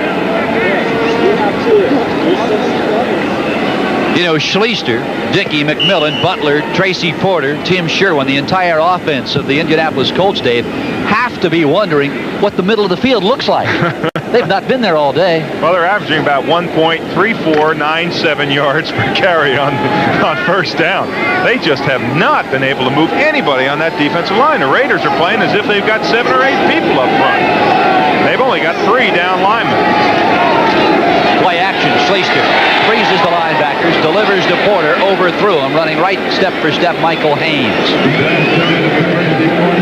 Well, we talked earlier about Schleister, and of course his problems. Everyone knows his problems, and I don't want to compound the fact of what happened, but boy, he has come a long way. You just have to give it. When somebody has as much that went wrong with him as it did, it's just amazing that you can come back and have a great attitude. And they said he has not avoided any of the press. He's answered every question. He's got a support group with this problem, and they really helped him out. You just have to admire somebody that comes back. Well, of course, the problem we're speaking of. Art sat out all of 1983. A league-imposed suspension for gambling. And you're right, Dave. He has done a marvelous job of coming back. Schleister up the gut. Cuts it to the 24 and down to the 25. Nearly a first down. But he will be stopped short by Otis McKinney. Schleister's under tremendous pressure. He has nowhere really to go. The only thing he can do is step up in that pocket. It's collapsing around him, and he almost makes the effort. Look at number 71. That's Piquel coming in there and making that tackle just to save that first down. Say what you will about the Oakland defense, and it is a very, very good one. But honestly, Dave, to be totally fair about it, Schleister does not have what you would call quality wide receivers in which to pitch to. Well, they continually jam the wide receivers. Every team that I've seen play Indianapolis has jammed their wide receivers. And when you have a wide receiver the speed that Ray Butler supposedly has, and his best day this year, he's caught 3 passes. And Tracy Porter, his other wide receiver, number 87, his best day, he caught 4 passes. Second punt in a row. Greg Pruitt has muffed the 39-yard punt. This time Pruitt pounces on it at the 40. But as Dave Rose said the last time he coughed it up, the sun is incredible right now. Clock stops, 8:06 to play in the third quarter. That's quite a smile she has. Well, what else could I say, Phil? Her name's Bonnie. She lives at, no. From the 40-yard line, the Raiders will take control. 8:06 to play in the third quarter here at the Coliseum. Well, the Colts really need a turnover. They need a fumble. They need an interception. They need something to happen and happen soon. There's the quick hitter right up the middle. Kenny King has it. He doesn't get much before Leo Wisniewski drops him at the 43-yard line, a gain of 3. Well, you're right about that. The Colts, they can't rely on any kind of a return to get the ball in decent field position. They just about have to have a turnover to get the momentum shifting. Well, very few teams have the ability to drive 80 and 90 yards, and they do not have that ability, and they've started, as you said, inside their 10, 15-yard line all day long. I don't believe they've had the ball past the 50-yard line today. On 2nd and 7, Wilson with time to Marcus. He gets one hand on it and cannot come down. Right now, let's go to New York. 7 minutes, 25 seconds to go here at the Coliseum in L.A. The Raiders have made 2 touchdown stand. It is 14-0 L.A. Wilson. Christensen. It is intercepted. Barry Krause. His 3rd interception of the year. And that is the turnover we were speaking of a moment ago, Dave. That is the big play. Barry Krause, number 55, has had such an outstanding year. This ball is just a very poorly thrown ball. He's got a man-for-man. Wilson falling back, just laid the ball up there. Krause comes down with a big interception. It was kind of like, used to call those lame ducks. You know, when Stabler and those fellas used to throw them like that, we'd go quack, quack, quack. And Krause caught himself a duck. It must be hunting season. But there's a little bit of happiness here with the Colts. Well, that's the Colts' best field position of the day. Their own 40. 1st and 10. Schleister will try and get Indianapolis on track. Tracy Porter in motion. He is being tailed by Lester Hayes. The give comes near side. And there is nothing there. Dickey picks up 2 yards, believe me, on pure athletic ability. He certainly did. He was hit about 2 yards back in the backfield, and had he not had that great leg drive that he has, he would never have gotten the 2 yards that he got. But that's a big accomplishment on 1st down because it's only 2nd and 8 instead of 2nd and 9. Dave, considering that is the best field position from which they have begun to drive, 1st down at their own 44, little surprise Schleister didn't put that ball up in the air. I was waiting for that. I thought for sure that he would come out and just throw the ball. Let's throw everything to the wind and let's see if we can do something.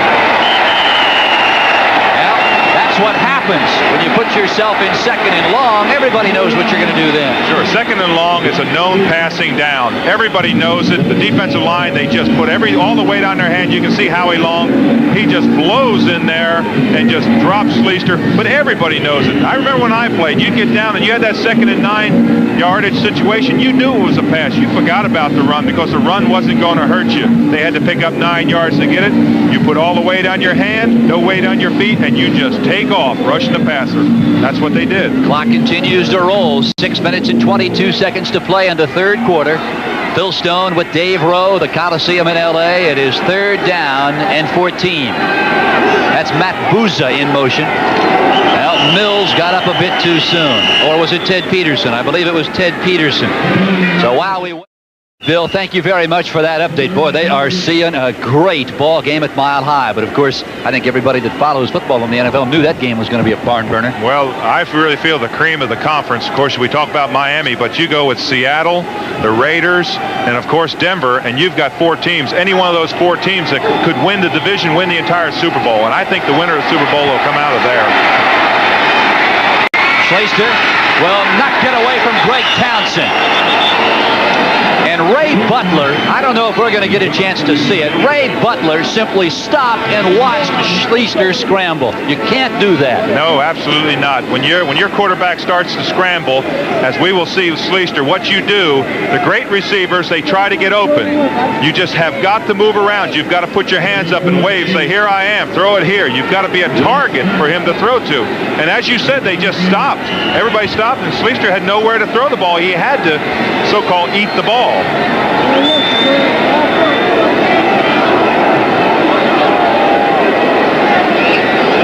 Well, let's see if Mr. Pruitt put on some sunglasses and can field this one. Stark. Pruitt, fair catch at the 15, looking into that sun again, and again he drops the ball. It is loose. Will it be whistled down? No, the Colts have the football at the 1-yard line. Still the lonely life of the punt returner, let me tell you. It's either the penthouse or the outhouse. In this term, it's the outhouse. Because he fumbles the ball for the 4th time. He's trying to fair catch the ball. He's backpedaling. He probably should have just allowed it to go over his head. Now watch the shot he takes right here. Boom, that's great hustle right there by number 30. Larry Anderson. Larry Anderson really came down there. They recovered the ball. And for a team that has totally dominated another team, the Colts are back in this game. They score this touchdown. They've got 1 yard to go. Anything can happen in this ball game. And I'll guarantee you, right now, the Oakland Raiders have really tightened up on the sideline. Well, a backup center, Don Bailey, recovered the loose ball. 1st and goal, Indianapolis. First play, that is Randy McMillan, and the Colts are in the end zone. 5:42 to play in the 3rd quarter, and turnovers.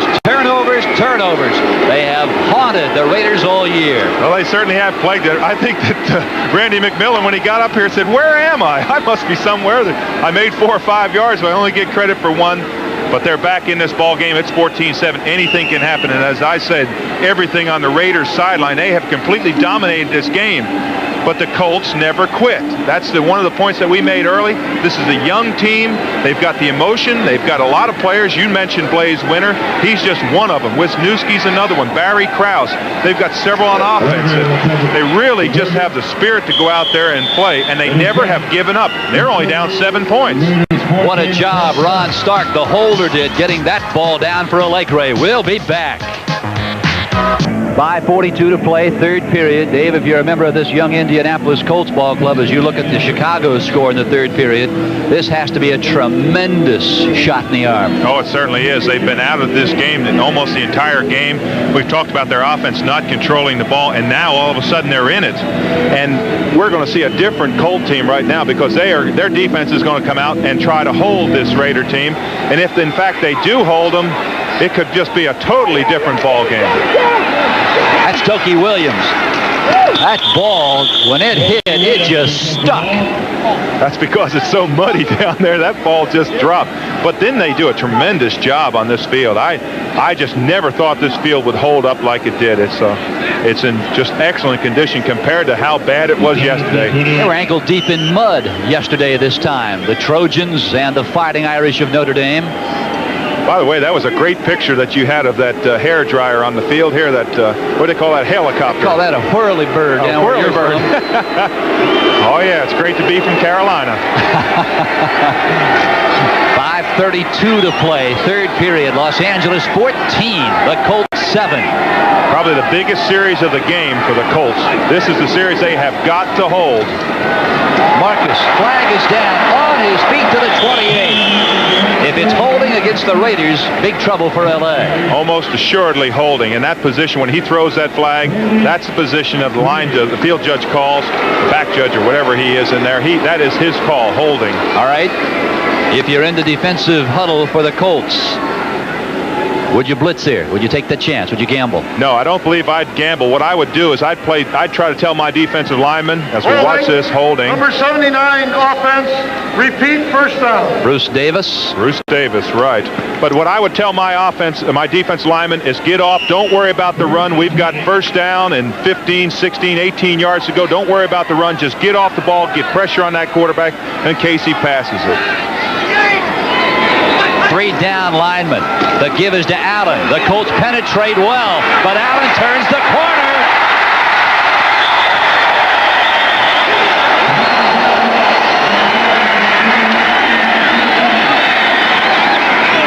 Well, he may have a sore neck or a sore shoulder, but he didn't have any sore feet. The Colts lose containment on this. There's the glide we talked about.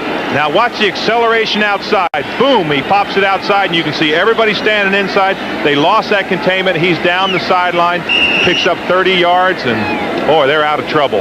Last week against the Chiefs, Marcus had a 42-yard run. This is his second longest run of the year. Well, there wasn't a bigger run than that one right there. That was the biggest run he's had today.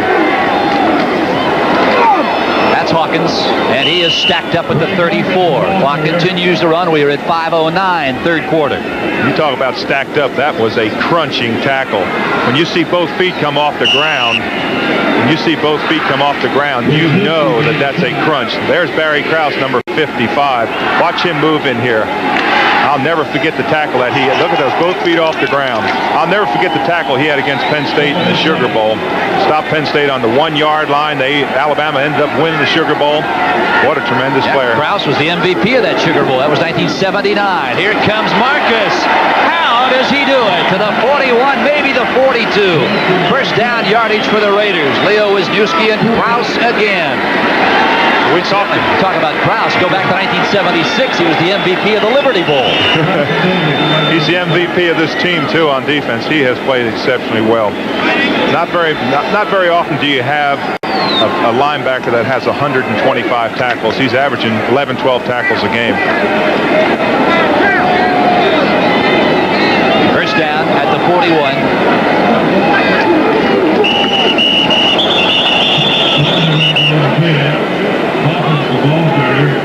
Somebody wiggled. And when you hear a whistle and it stops the play, you know it's against the offense. Ball start on Mickey Marvin, right guard, 8th year out of Tennessee. Well, Mickey's my old buddy. He's from North Carolina also. You'll see him on the left of your pictures. That's just a little wiggle there a little bit early. What a great guy. He is a tremendous person. I have a great admiration for Mickey Marvin. Who did you room with when you were with the Raiders? I roomed with George Fogg Beeler. George Beeler. From Stanford University. Always in a fog. George invariably would always ask one time during the game, what's the snap count?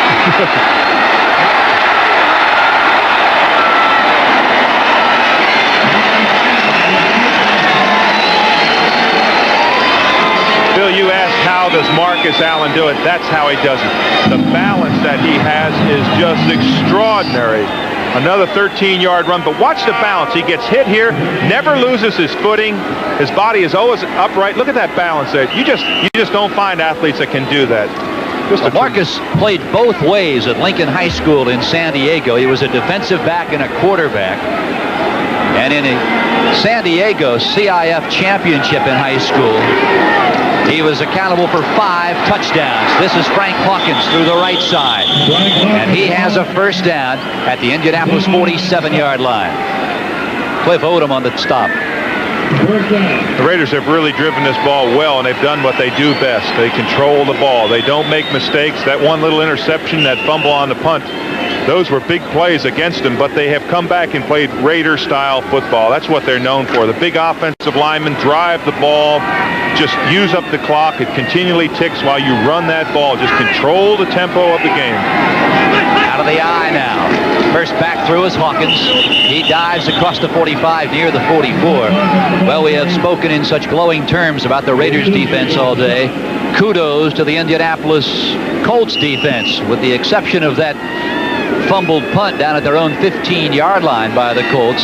Really, the Indianapolis defense has played tremendous football today. I believe I echo those sentiments. I think they played an extraordinary game. Their defense, they just have been on the field all day long. Yes, they haven't been off the field. They've been trying to hold them. They've had terrible field position, and they have really done a job today. They're playing excellent football.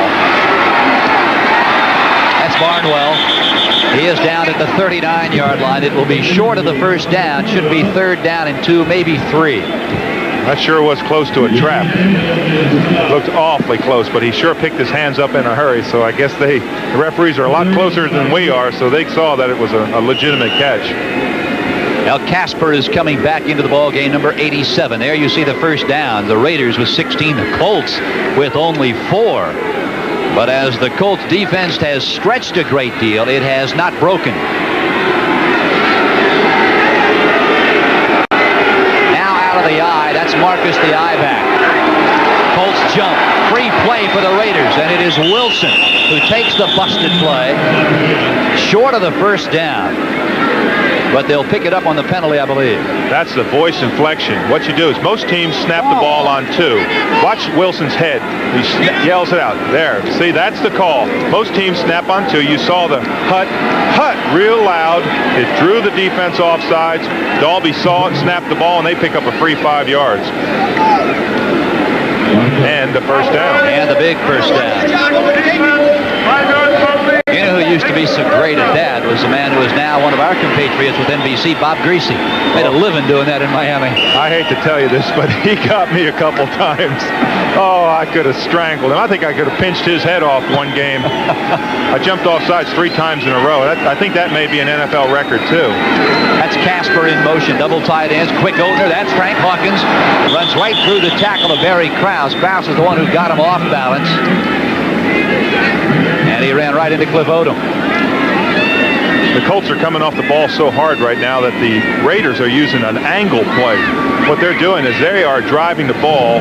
They're taking the ball, and they're going through the hole on an angle, and they're getting the holes that are lateral holes rather than straight up and down holes, straight ahead. The Raiders have run 16 more plays than the Colts, yet they only lead by 7. 42 seconds left, 3rd period. Hawkins will get nothing. Maybe a yard. Barry Krause again is there. And they're almost in Chris Barr's field goal range. Another few yards, and they're going to be well within his field goal range. Yeah, they're still mixing it up at Mile High. Seattle and Denver deadlocked at 17.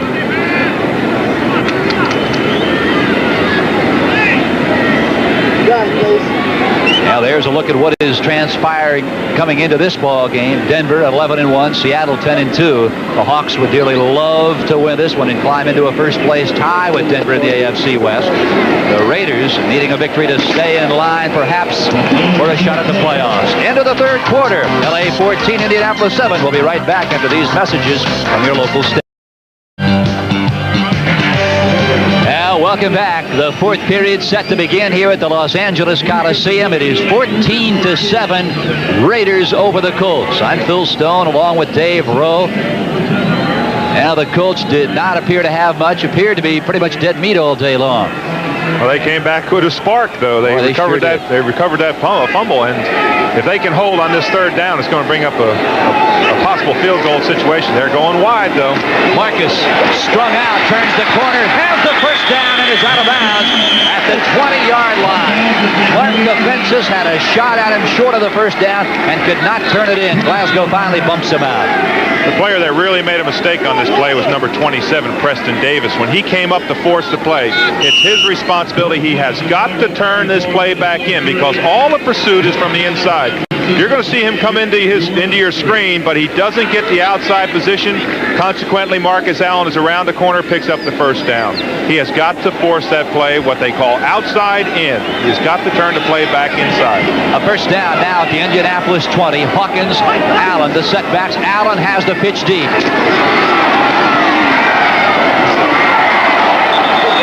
Can you believe it? just when you think you have seen it all from number 32, he amazes you once more. All the Colts are pointing back about 3 or 4 yards saying, I thought he was down back here. He looked as if he was, but we talked about the balance. He certainly has it. Boy, oh boy, he's got all the tools. I think he'll be around for quite a long time.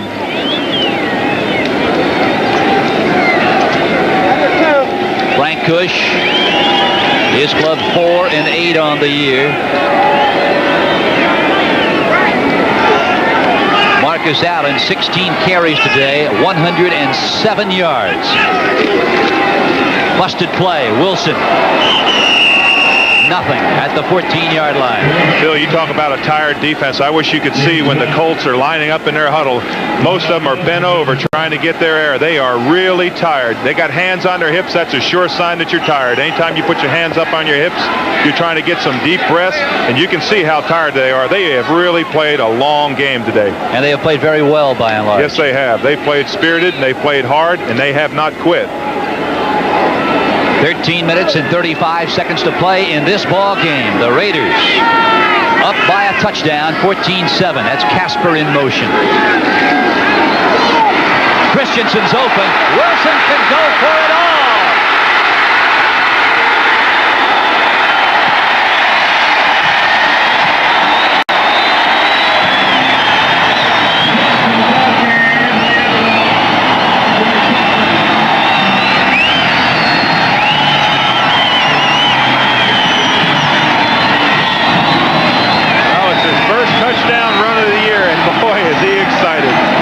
Into that end zone on tremendous pressure. The Colts sold out on the blitz. Once he broke through, there was nobody there. Well, since he took over for the injured Jim Plunkett, Dave, Wilson 3-3. A lot of people around the LA area begin to question whether the former BYU guy could really get it done on a regular basis for the Raiders. And I think the jury is still out in a lot of people's minds. Well, it is, but he has really been hampered by an injured thumb. And an injured thumb to a quarterback is a major injury because you just cannot grasp the ball. You just cannot throw the ball solidly. So the clock stops once more. 13-18 to play. Raiders 21-7. Next Saturday, it's WBA Junior Middleweight Championship on Sports World. The Raiders scoring drive. It took them 7.5 minutes to negotiate 80 yards. A 14-yard run by the quarterback, Mark Wilson. And Barr sets it sailing. That is Anderson at the 1-yard line, and he's coming. Oh, boy, he's got some room. And he ran right into Chris Barr, who brought him down short of the 40-yard line. A 37-yard return for Larry Anderson.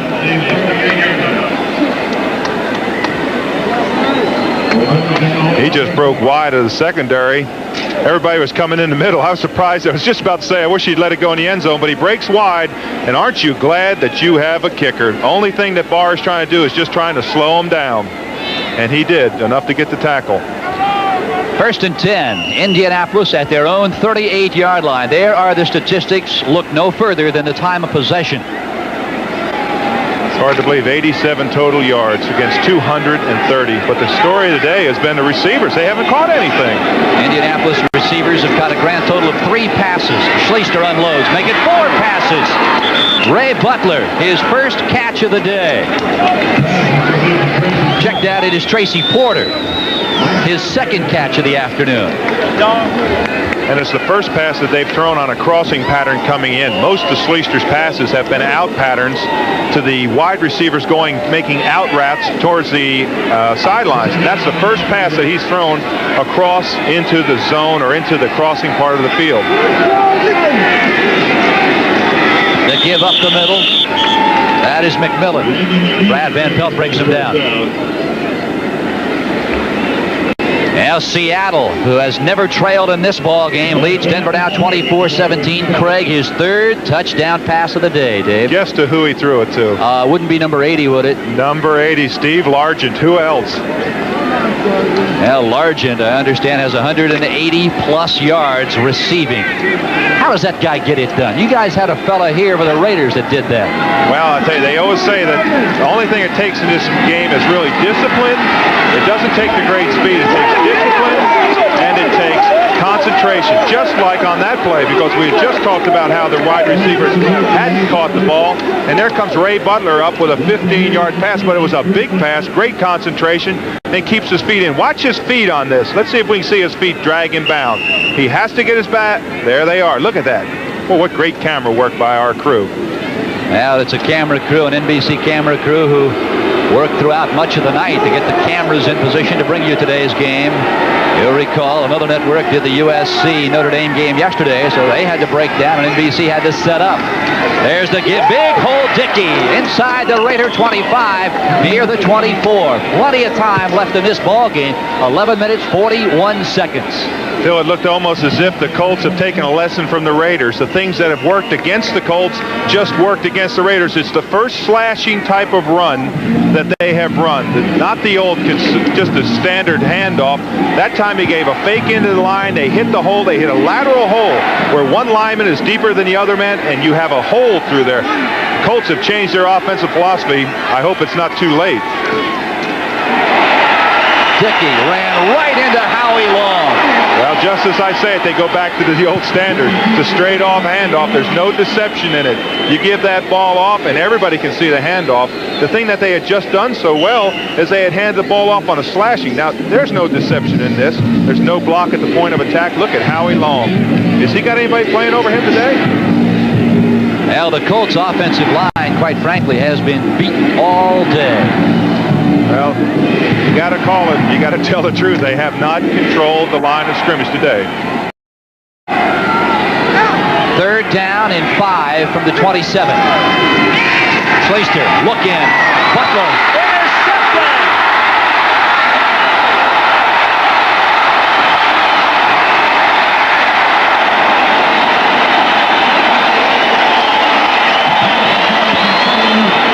Glue on his fingers, that's all you can say. When you're lucky, I'd rather be lucky than good. Watch this pattern. It's just a quick fake in the line. He's trying to hit Butler across. He bobbles the ball.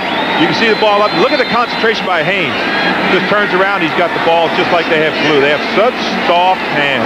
A 24-yard return by Haynes. The Raiders are in business. 21-7, 10:23 to go in this ball game, and this is what the Raiders are playing for. Dave Rowe's Super Bowl ring. Yeah, well, it's a thrill. I wear it proudly. It was one of the highlights of my career, and I'll never forget what the Super Bowl meant to me. It was one of the highlights all time. You just don't get those great moments very often. But do you actually consciously think about the Super Bowl this time of year if you're a Los Angeles Raider? Well, yes, because that's the epitome of what sports is about. I was good enough to be in a Super Bowl for 10 years, but my team I was with wasn't. Well, the Raiders have the ball at their own 42-yard line. It is first down. You can tell how humble I am, can't you? There's the draw. Marcus Allen moves it out to the 44-yard line right now. Oh, did you hear that? Bill McAtee says Largent, 11 catches, 183 yards. Best day of his career. Couldn't have it on a bigger day. That's Casper. That's the Ghost. Second catch of the afternoon, and it's a first down at the Indianapolis 42, a 13-yard gain for the veterans. Well, the Ghost has got to be happy. Dave Casper, number 87, just finds an open spot, turns around. Wilson throws the ball in there. No pressure. That's what they do so well. That last drive, when they drove 80 yards, that was the answer to this whole ball game. When they have to score, they have to drive the ball. They're able to drive the ball 80 yards to score. You go all the way back to the 60s. The tight ends have always played a big part in the Raiders' success. Remember Billy Cannon? Oh, boy, how about Raymond Chester? Raymond Chester. There's Kenny King. And he is wrapped up and down. Donnell Thompson and Mark Kafensis. But you go back to the 60s, you're talking Billy Cannon, then came Chester. How about Bobby Moore out of Stanford? Oh, sure. We used to call him BM. I remember an interesting story about him. We went in to play Pittsburgh, and there was such a crowd around there, and he got hit in the head the night before the game and didn't play in the game the next day. Evidently, some policeman had told him that he couldn't enter the hotel, and he said, "I'm going in, I'm one of the players," and he whap, hit him. Second down and long. That's Allen. And he will go down. Vernon Maxwell, second year out of Arizona State. Maxwell known more for his pass rushing ability. Oftentimes will line up for the Colts as a fourth down lineman. Well, 240 pounds, he can line up as a lineman and be almost a legitimate lineman, because 240 pounds and 7 sacks. That's a lot of sacks. I don't care what position you're playing. I think when the Colts look back at 1984 and wonder what went wrong, you need to look no further than their inability to sign their #1 draft choice, the defensive back Leonard Coleman out of Vanderbilt. Well, that certainly hurt him, because they had actually legitimately wasted a choice on him because he didn't sign, and you have got to sign those real quality players. Wilson, here he goes, and the Colts will drop him again. Now that's their Johnny 6th Cook. sack of the year. I was going to say, if that was Johnny Cooks, I was going to have a heart attack, but way to go, Leo. You did a great job. Watch Leo Wisniewski, never quits. He's on Dalby, number 50 there. Just keeps on pushing back. Dalby's got a hold on him, and Wisniewski just keeps on driving back. Leo has tremendous leg strength. He's going to be a great player. And what an attitude. You just don't find a finer player than Leo Wisniewski. 6 sacks today, the 3rd week in succession that the Colts have sacked the opposing quarterback a half a dozen times. Ray Guy is on his 7th punt of the afternoon. And that is Larry Anderson back at his own 10-yard line. He has one outstanding return today. It came on a kickoff. End over end. Anderson at the 11.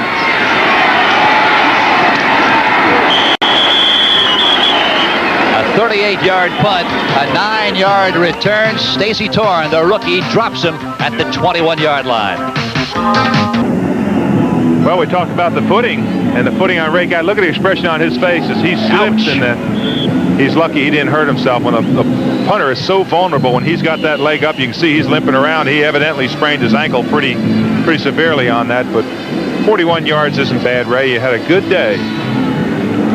Here come the Colts. They're down by 14 points, 6:56 to play in this ball game.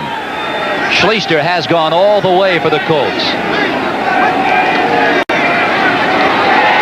Chased, unloads, pass intended for Randy McMillan. Jack Squirek, what a job. And Schleister's not happy. And he shouldn't be happy. He barely had time. I thought Squirek was into play, because he just comes blowing through there. You'll see him from the left part of your screen. And if 32 hadn't been out here on the screen pass, that would have been... Oh, they did call it. Wait a minute. They did call that grounding the ball. That's a surprise, because he did almost get the ball out to him. I think they may have called that a sack rather than calling grounding the ball. He was in the grasp is the official terminology. Will you ever forget the play that Squirek made in the Super Bowl, and with 8 seconds left in the first half against the Washington Redskins? Second down now and 25. Schleister with time. Crossing pattern. Oh, what a catch. Ray Butler. A flag is down. Another flag goes in. A tremendous catch by Butler. Where has he been all day? Because this is obviously going to be a pass interference on the defense, but where has Butler been all day? Why couldn't they have thrown this pass in the first, second, or third quarter? It's an excellent catch, tremendous catch. That's just a play that you want to have in the first, second, or third quarter. They haven't thrown to him. Well, I have an idea why that play worked. That time, Butler, instead of standing around, was moving. He certainly was. Pass interference, number 32 on the defense. The pass interference will be accepted at this spot because the completed pass is still short of a first down. The pass interference makes it automatic first. Well, they don't. 32 is Marcus Allen, so I believe they probably mean 22. Yes, they did. It is Mike Haynes who is jawing with the field judge or the umpire. Let's watch this play. There's the interference across the face mask. He obstructed his vision, so they're going to bring the play down, and of course it gets the Colts out of out of poor field position. Hey, how about that Seattle score? They're coming on strong now. Keep in mind, Dave, those two teams will lock horns again in 2 weeks at the Kingdome. First down. Schleister with time, unloads, ball batted at the line of scrimmage by number 75, Howie Long. Well, Schleister, we said it at the top of our telecast, would have a tough time with the Raiders, and he certainly has. Well, you ought to see how dirty his uniform. He's got the dirtiest uniform of any player out there. Oh, San Francisco's in a squeaker over New Orleans, huh? And there's another squeaker. Chicago will yawn all the way to the bank after today's ball game against Les Steckel's group. Here at the Coliseum in L.A., it is 2nd down and 10 for the Colts. 6:18 to play in this ball game. 21-7 Los Angeles. That is Dickey. Dickey, as Dave Rose said at the first quarter, not a healthy running back. Had an awful lot of problems. In fact, we talked about the scope, and the scope was start. But anytime a running back such as he, with his great speed, great acceleration, when they're nicked, it's a major injury. A defensive lineman can play out there with a hamstring pull, and it really doesn't affect them that much. But it's almost like a thoroughbred. You take a thoroughbred and have anything wrong with him, and he's not going to perform. And that's what's happened to Curtis Dickey. He obviously has some type of a physical problem, because he's a much better running back than what he has shown today. Schleister on 3rd and 8. Look out. Safety blitz. Mike Davis. Well, they got everybody in the schoolyard coming after Mr. Schleister. Just nobody blocks Mike Davis, number 36. Think he's not happy? That's Watch the 4th him. time Schleister's been down this afternoon. He's coming from the right of your screen. You'll see nobody touches him. Piquel was in there too. He could have made the tackle. Boy, oh boy, they're trying to roll out to get a little bit of that pressure off them, but right now the Raiders are just lowering the boom on them. They're just coming after them. Clee Montgomery is now in to return punts for the Raiders. After 3 fumbles by Greg Pruitt, I suppose Tom Flores has seen enough of number 34. Yeah, but the sun has gone down. We've got the lights on here now. Maybe the light will get in his eyes. End over end, Clee Montgomery at the 44-yard line. Dives to the 48 and is down there. A 36-yard punt, a 5-yard return. Clock stops, 5:03 remaining, and the Raiders will have the football when we come back.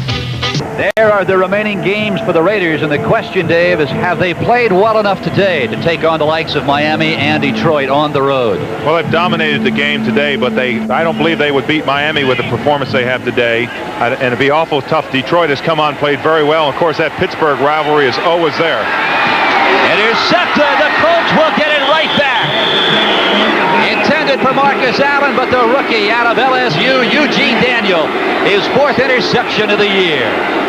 Boy, the fans that are here did not like that play. Wilson was under a lot of pressure, and he just lays this ball up. It's a poor thrown ball. He gets nothing on it. He's just throwing it up, and Daniels just circles underneath it, and it's an easy catch. I think I might have been able to make that one. For Mark Wilson, Dave, his 2nd interception today, his 13th of the year. Well, Frank Cush can't be upset with this defense. I think they've played their hearts out today. They just haven't gotten anything offensively going. They just have nothing going. But look who the Colts have got to play. They also have to play that Miami team. They've got a shot at Buffalo. They've got to play Miami. Anything can happen, and they've got to play New England. 4 minutes and 55 seconds to go in this ball game. Each team with their 3 timeouts remaining. Schleister scrambling, Howie Long, and down goes the Ohio State All-American. Bill, that's a defensive secondary sack. That's what you call that, a defensive secondary sack. They covered the defense with the wide receiver so well that Schleister had nowhere to throw. He rolled out, and he had nowhere to throw the ball. Howie Long, number 75. What more can you say about him? Just great pursuit. They've got a twist in the middle. He breaks out. Now watch how long Schleister is running out here. Piquel is after him. 91 is after him. Boy, he had nowhere to go. 2nd down and 19. You see 4 Raiders in that picture and no Colts. From the 9-yard line, Schleister has been on his back 5 times today. Wilson has been sacked 6. This time Art unloads. Intended for Butler, nowhere in the neighborhood. A flag is down way back at the goal line. This is going to be I believe this is going to be an interesting call, because I think the referee called him for a personal foul on the quarterback. He took a swing at the quarterback just as he threw the ball. And I believe it was number 53, Rod Martin. He doesn't like the call. But once that quarterback is back in that pocket, you cannot take a free shot at him. Now, Rod's up there saying, no, I didn't do that. My goodness, all I was just trying to do is rush him. But he took a swing at him, and it's going to cost him. Personal foul, roughing the passer, number 57 to the head of the quarterback, 15. automatic first down. Yeah, that is the Raiders' 9th penalty for 97 yards.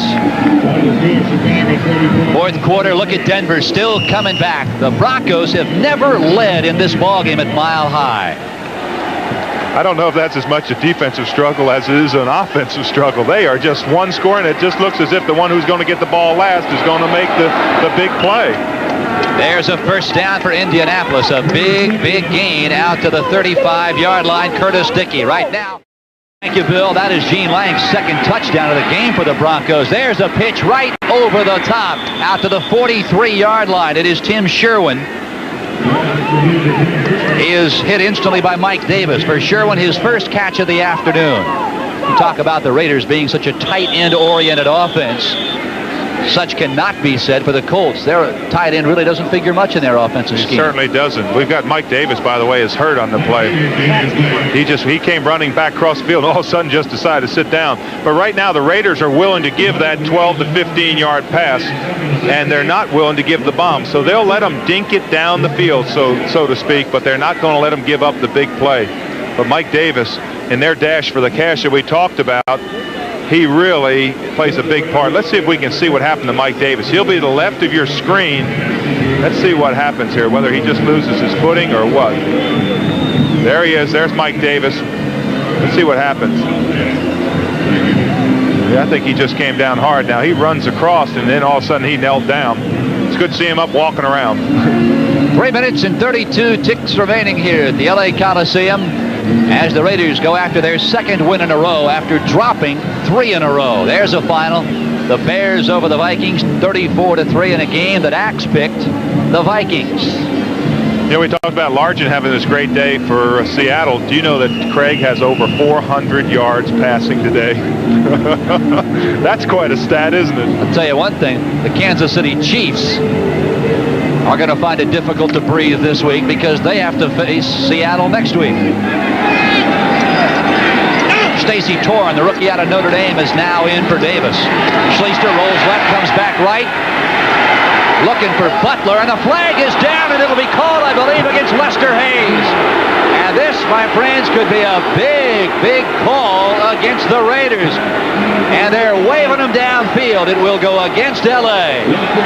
That's going to be a 35-yard penalty on Lester Hayes. Now, Lester's pleading his case, but he guards the defense. He guards the wide receiver so close. He just has the uncanny ability when he makes that break.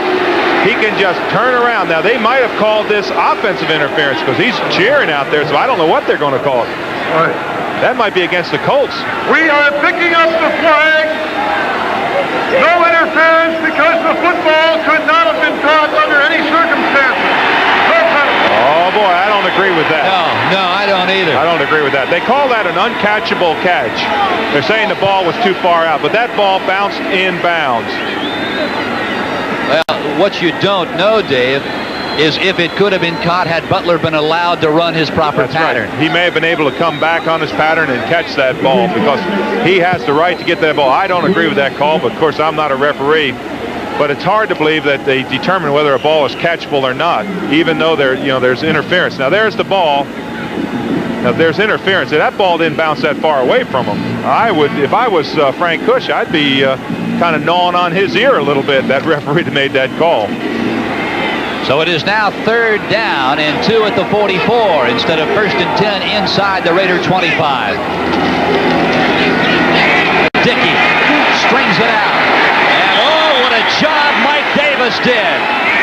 Coming off the leg injury, back in the ball game, and he takes Dickey out of bounds, way short of the first down. Out of bounds by Mike Davis. Now's the time to throw the run pass, the reverse, something to break the momentum that they have going here. They are just not doing it on offense. They are totally inept on offense. They cannot run the ball against this Raider team. That's proven. And I think right now it's about time to abandon the run and start going to the pass. It's the only thing they've had any success with. Well, it is 4th down and 2 now at their own 44-yard line. And the offense is still on the field for the Colts. 3 minutes even to go in this ball game. Well, they have to go for it if they have any chance whatsoever. They have to get this. But now the question, what do you do? The Raiders just know they're going to run the ball, but he's going to fake them out and pass it. Oh, what a catch. Dickey has it. And he tight ropes to the 23-yard line, and they wave him out of bounds there. What a catch by the fifth-year veteran out of Texas A&M. Bill, you will not believe this catch. He turned completely around as he caught that ball. Watch this play. Everybody thought run, including me, 4th down. Now watch, Schleister has great touch on the ball, drops it in, but Dickey turns completely around. To see he had turned the other way, he brought that ball down. That was amazing that he was able to get that ball. Just amazing. And what a big play. That was kind of a gutty call there for Art Schleister. A 34-yard gain, and now the Colts have arrived at the Raiders' 23. 1st and 10, Indianapolis, 2:52 to play. Schleister avoids Paquette at the line by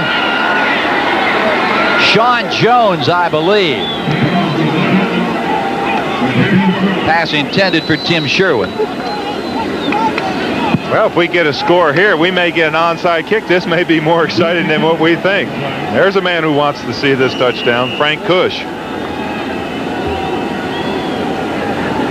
Now Schleister has done a fine job today. The game plan coming in was to run the football down the throats of the Los Angeles Raiders, and Frank Cush stuck with it by and large until midway through the 3rd period, when he allowed his young quarterback to put the ball up. That's Tracy Porter in motion. Schleister on 2nd and 10. Pressure, unloads and overthrows Porter. Schleister pressured. Jack Squiring. Rod Martin was in his face, and Schleister's limping a bit. Anytime you blitz as many men as the Raiders are blitzing right now, you have got to have somebody get open. The Colts are not having anybody get open. That time Schleister had nowhere to throw the ball. When you have 2 linebackers blitz up the middle, you have got to have one of the tight end or wide receivers break loose, a running back come out of the backfield. Somebody has got to be open. They've got to break. They got to be able to get open in man-to-man coverage in order to play football. Schleister, 8 of 22, 110 yards and an interception. 3rd and 10. Underthrows the coverage. Tim Sherwin, the tight end, has it, and he is out of bounds for Sherwin, his 2nd catch. We would like to welcome those viewers who have just joined us. The Colts and the Raiders still in progress. It is Los Angeles 21, Indianapolis 7. Immediately following football coverage, we'll join Silver Spoons in progress. In addition, all remaining NBC network evening programs will also be seen over most of these stations, except for Pacific time zone and some mountain time zone stations, where those programs will be seen at their regular times.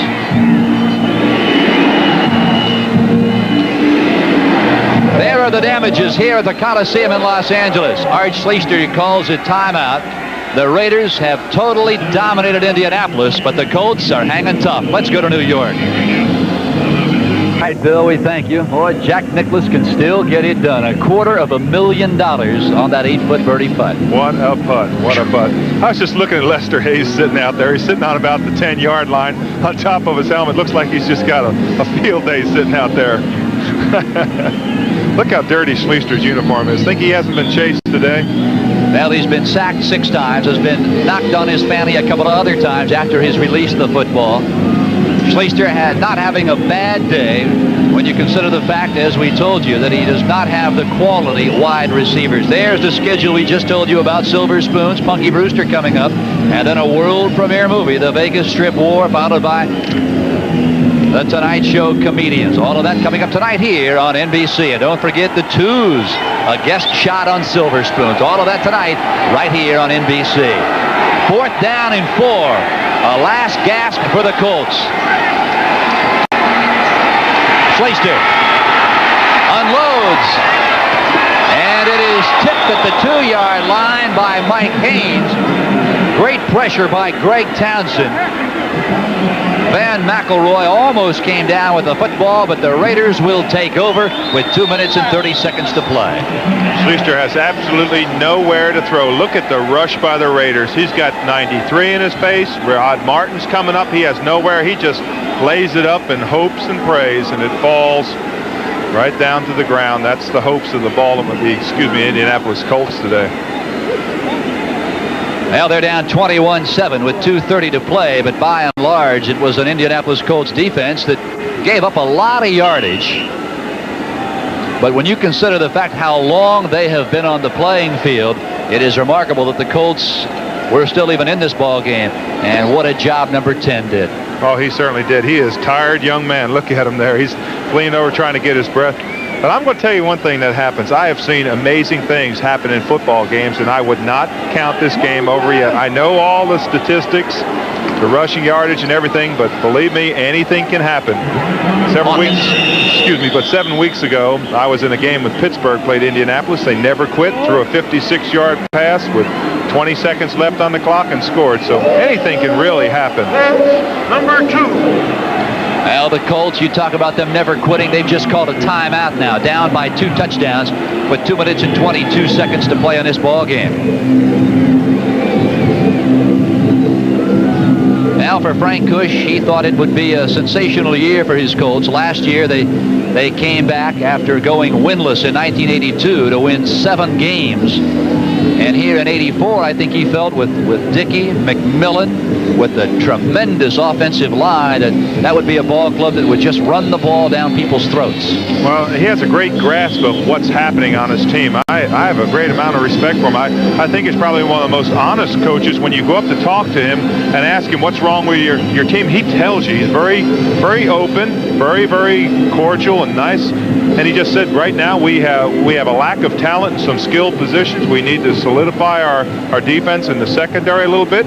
We need to come up with some offensive linemen that are going to get experience and are going to have skill to block. He's a very, very outspoken man, and he's been under a lot of pressure this year.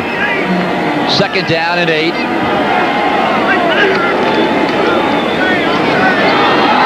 That's Hawkins again. And he will carry out across the 28 near the 29. A first down as the clock stops with 2:16 to play. Well, basically, Dave, I mean, you play defense. By and large, you blitz for 2 reasons. 1, to gain a defensive superiority, or 2, to cover up a defensive weakness. Kush said to me early this year, in the case of his ball club, it is the latter, to cover a defensive weakness. Absolutely. They have got to blitz to get pressure on that quarterback to not give him time. You'll find the better defenses in this league will play very, very solid defense. They don't do anything to cause themselves any difficulties. They play solid defense. They play man-to-man coverage. They play some zone coverage, but up front they play hard, and they don't need the blitz. The blitz you'll either win by it, or else you're going to lose big by it. Hawkins through the left side out to the 35, but a flag is down, and that again will stop the clock with 2:09 remaining. Going to be illegal motion on the Raiders. Someone moved obviously in the backfield, so it's going to bring it back and make it 1st down and 15. But unless the Colts are able to get some type of a break here, a fumble, which of course we talked about the Raiders being famous for this year, leading the league in fumbles and fumbles lost. Illegal motion, number 38 offense, repeat 1st down. But unless they get a break, it's going to be a little bit academic. That penalty be just academic. Now Seattle with a 3-point lead, just over a minute remaining in that ball game, and the Broncos have the football. So all is not over at Mile High. It's one of those ones where whoever has the ball last has the opportunity to win. 2:09 to play here at the Coliseum. 21-7 Raiders. Again, it is Hawkins, and he is stopped at the 25-yard line. I want to thank our spotters today, Tim Tallman and Shep Goldberg, our statsman, Dennis Mnuchin. Well, we have now reached the 2-minute warning. Here comes another one of those fantastic finishes on NBC.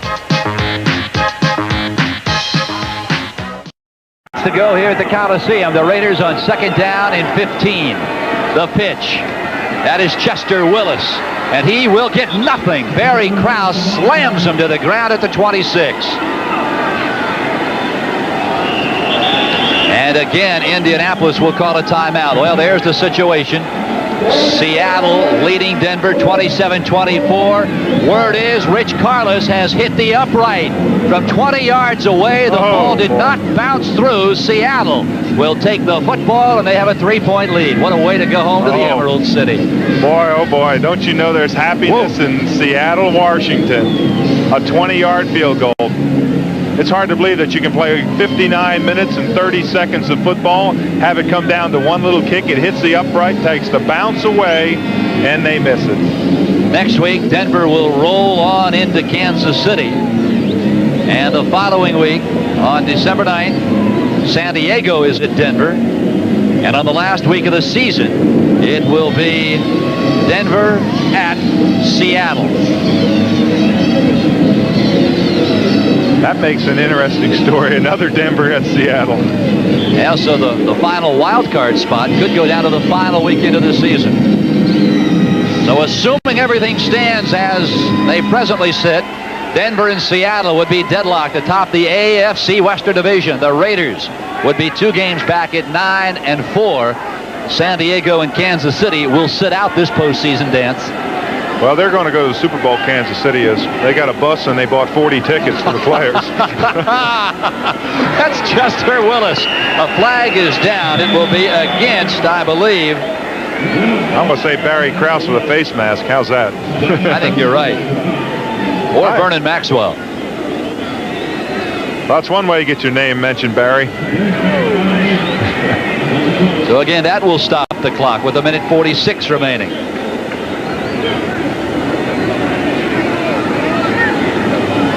Well, at this moment, we want to reiterate what we told you a moment ago. If the score stands in Denver, and it is likely to stand just as it is now, 27-24 Seattle, the Hawks and the Broncos deadlocked at 11-2 atop the AFC West, and the Raiders 2 games back at 9-4. Let's watch this face mask penalty because this is interesting. There's 2 different types of face mask penalties. You get the first one like that, which is just the inadvertent one, 5 yards.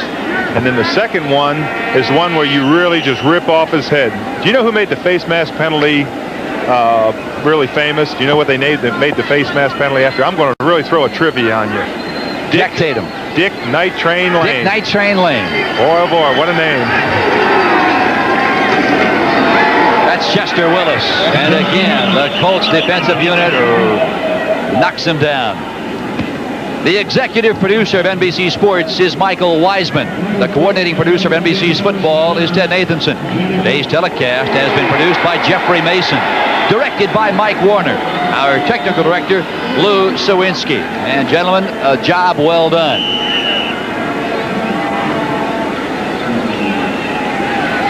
Well, it is a final from Denver. Seattle has defeated the Broncos 27-24. Rich Carlos hitting the upright with less than a minute to go from less than 20 yards away. Don't you know, I guess that's the life of a field goal kicker. You either make it or you don't make it. I always thought kickers were strange.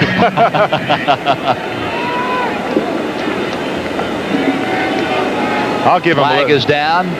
Guy gets it going. Anderson on a dead run at the 34. Will try and get up, but he won't go very far.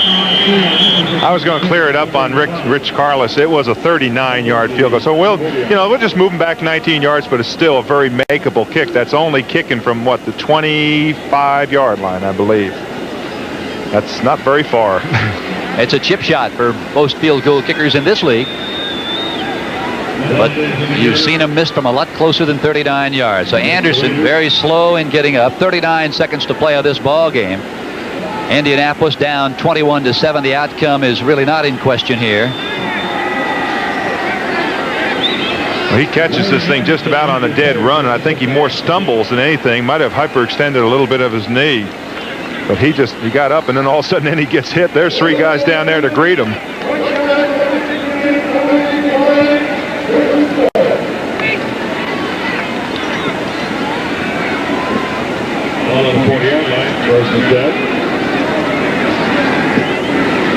I don't think he's very happy. He just threw down his helmet. Well, Schleister is back on.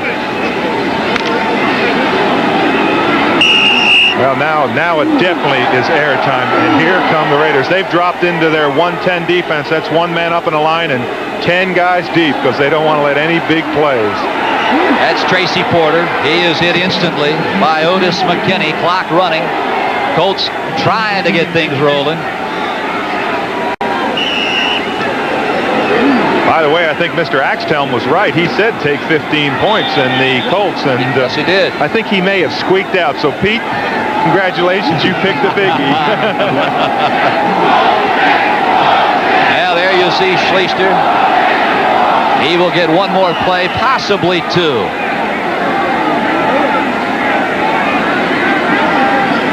Frank Cush is yelling out there. He wants somebody to come off the field. I think he was a little bit upset that time that Porter missed that catch, so he just told him, come on off of there if you ain't going to catch the ball.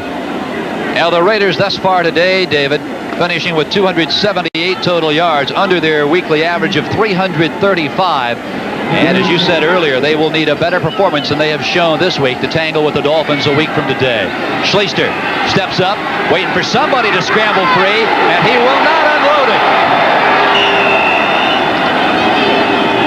Does he get hit? Rick Ackerman, the former San Diego Charger, acquired 2 weeks ago, knocked Schleister down hard. He took 12 seconds on that ball. There was 19 seconds on that clock when the ball started, and when he tackled him, there was 7 seconds. So he took 12 seconds standing back there trying to find somebody open. Now the Colts with a grand total of 155 yards of offense. The pass intended for Bernard Henry, and he cannot come down with it. 1 second remaining. Schleister on the day, Dave. 10 completions, 26 attempts for 125 yards and 1 interception. Mark Wilson, on the other hand, 13 of 24, 146 yards and a couple of touchdowns. Well, in fairness to Schleister, he really has had an awful lot of pressure coming towards him today. I mean, he really has been under the gun all day long. They left their defense on the field much too long. They never came out and sustained or really established the running game, and that's been the big story. They could not run the ball. They came up every time second down and 9 or 10 yards, and I think they're just going to wipe that last 1 second off the clock. I don't know. Maybe not, but it looks as if everybody's milling around there, and they're saying, well, what do you want to do? We ought to have one more play, at least have one more real long throw. Well, there will be one play remaining. Schleister still on the sideline. And this will do it. That's the end of this ball game. The Raiders took control early. Mounted a 7-0 lead. Will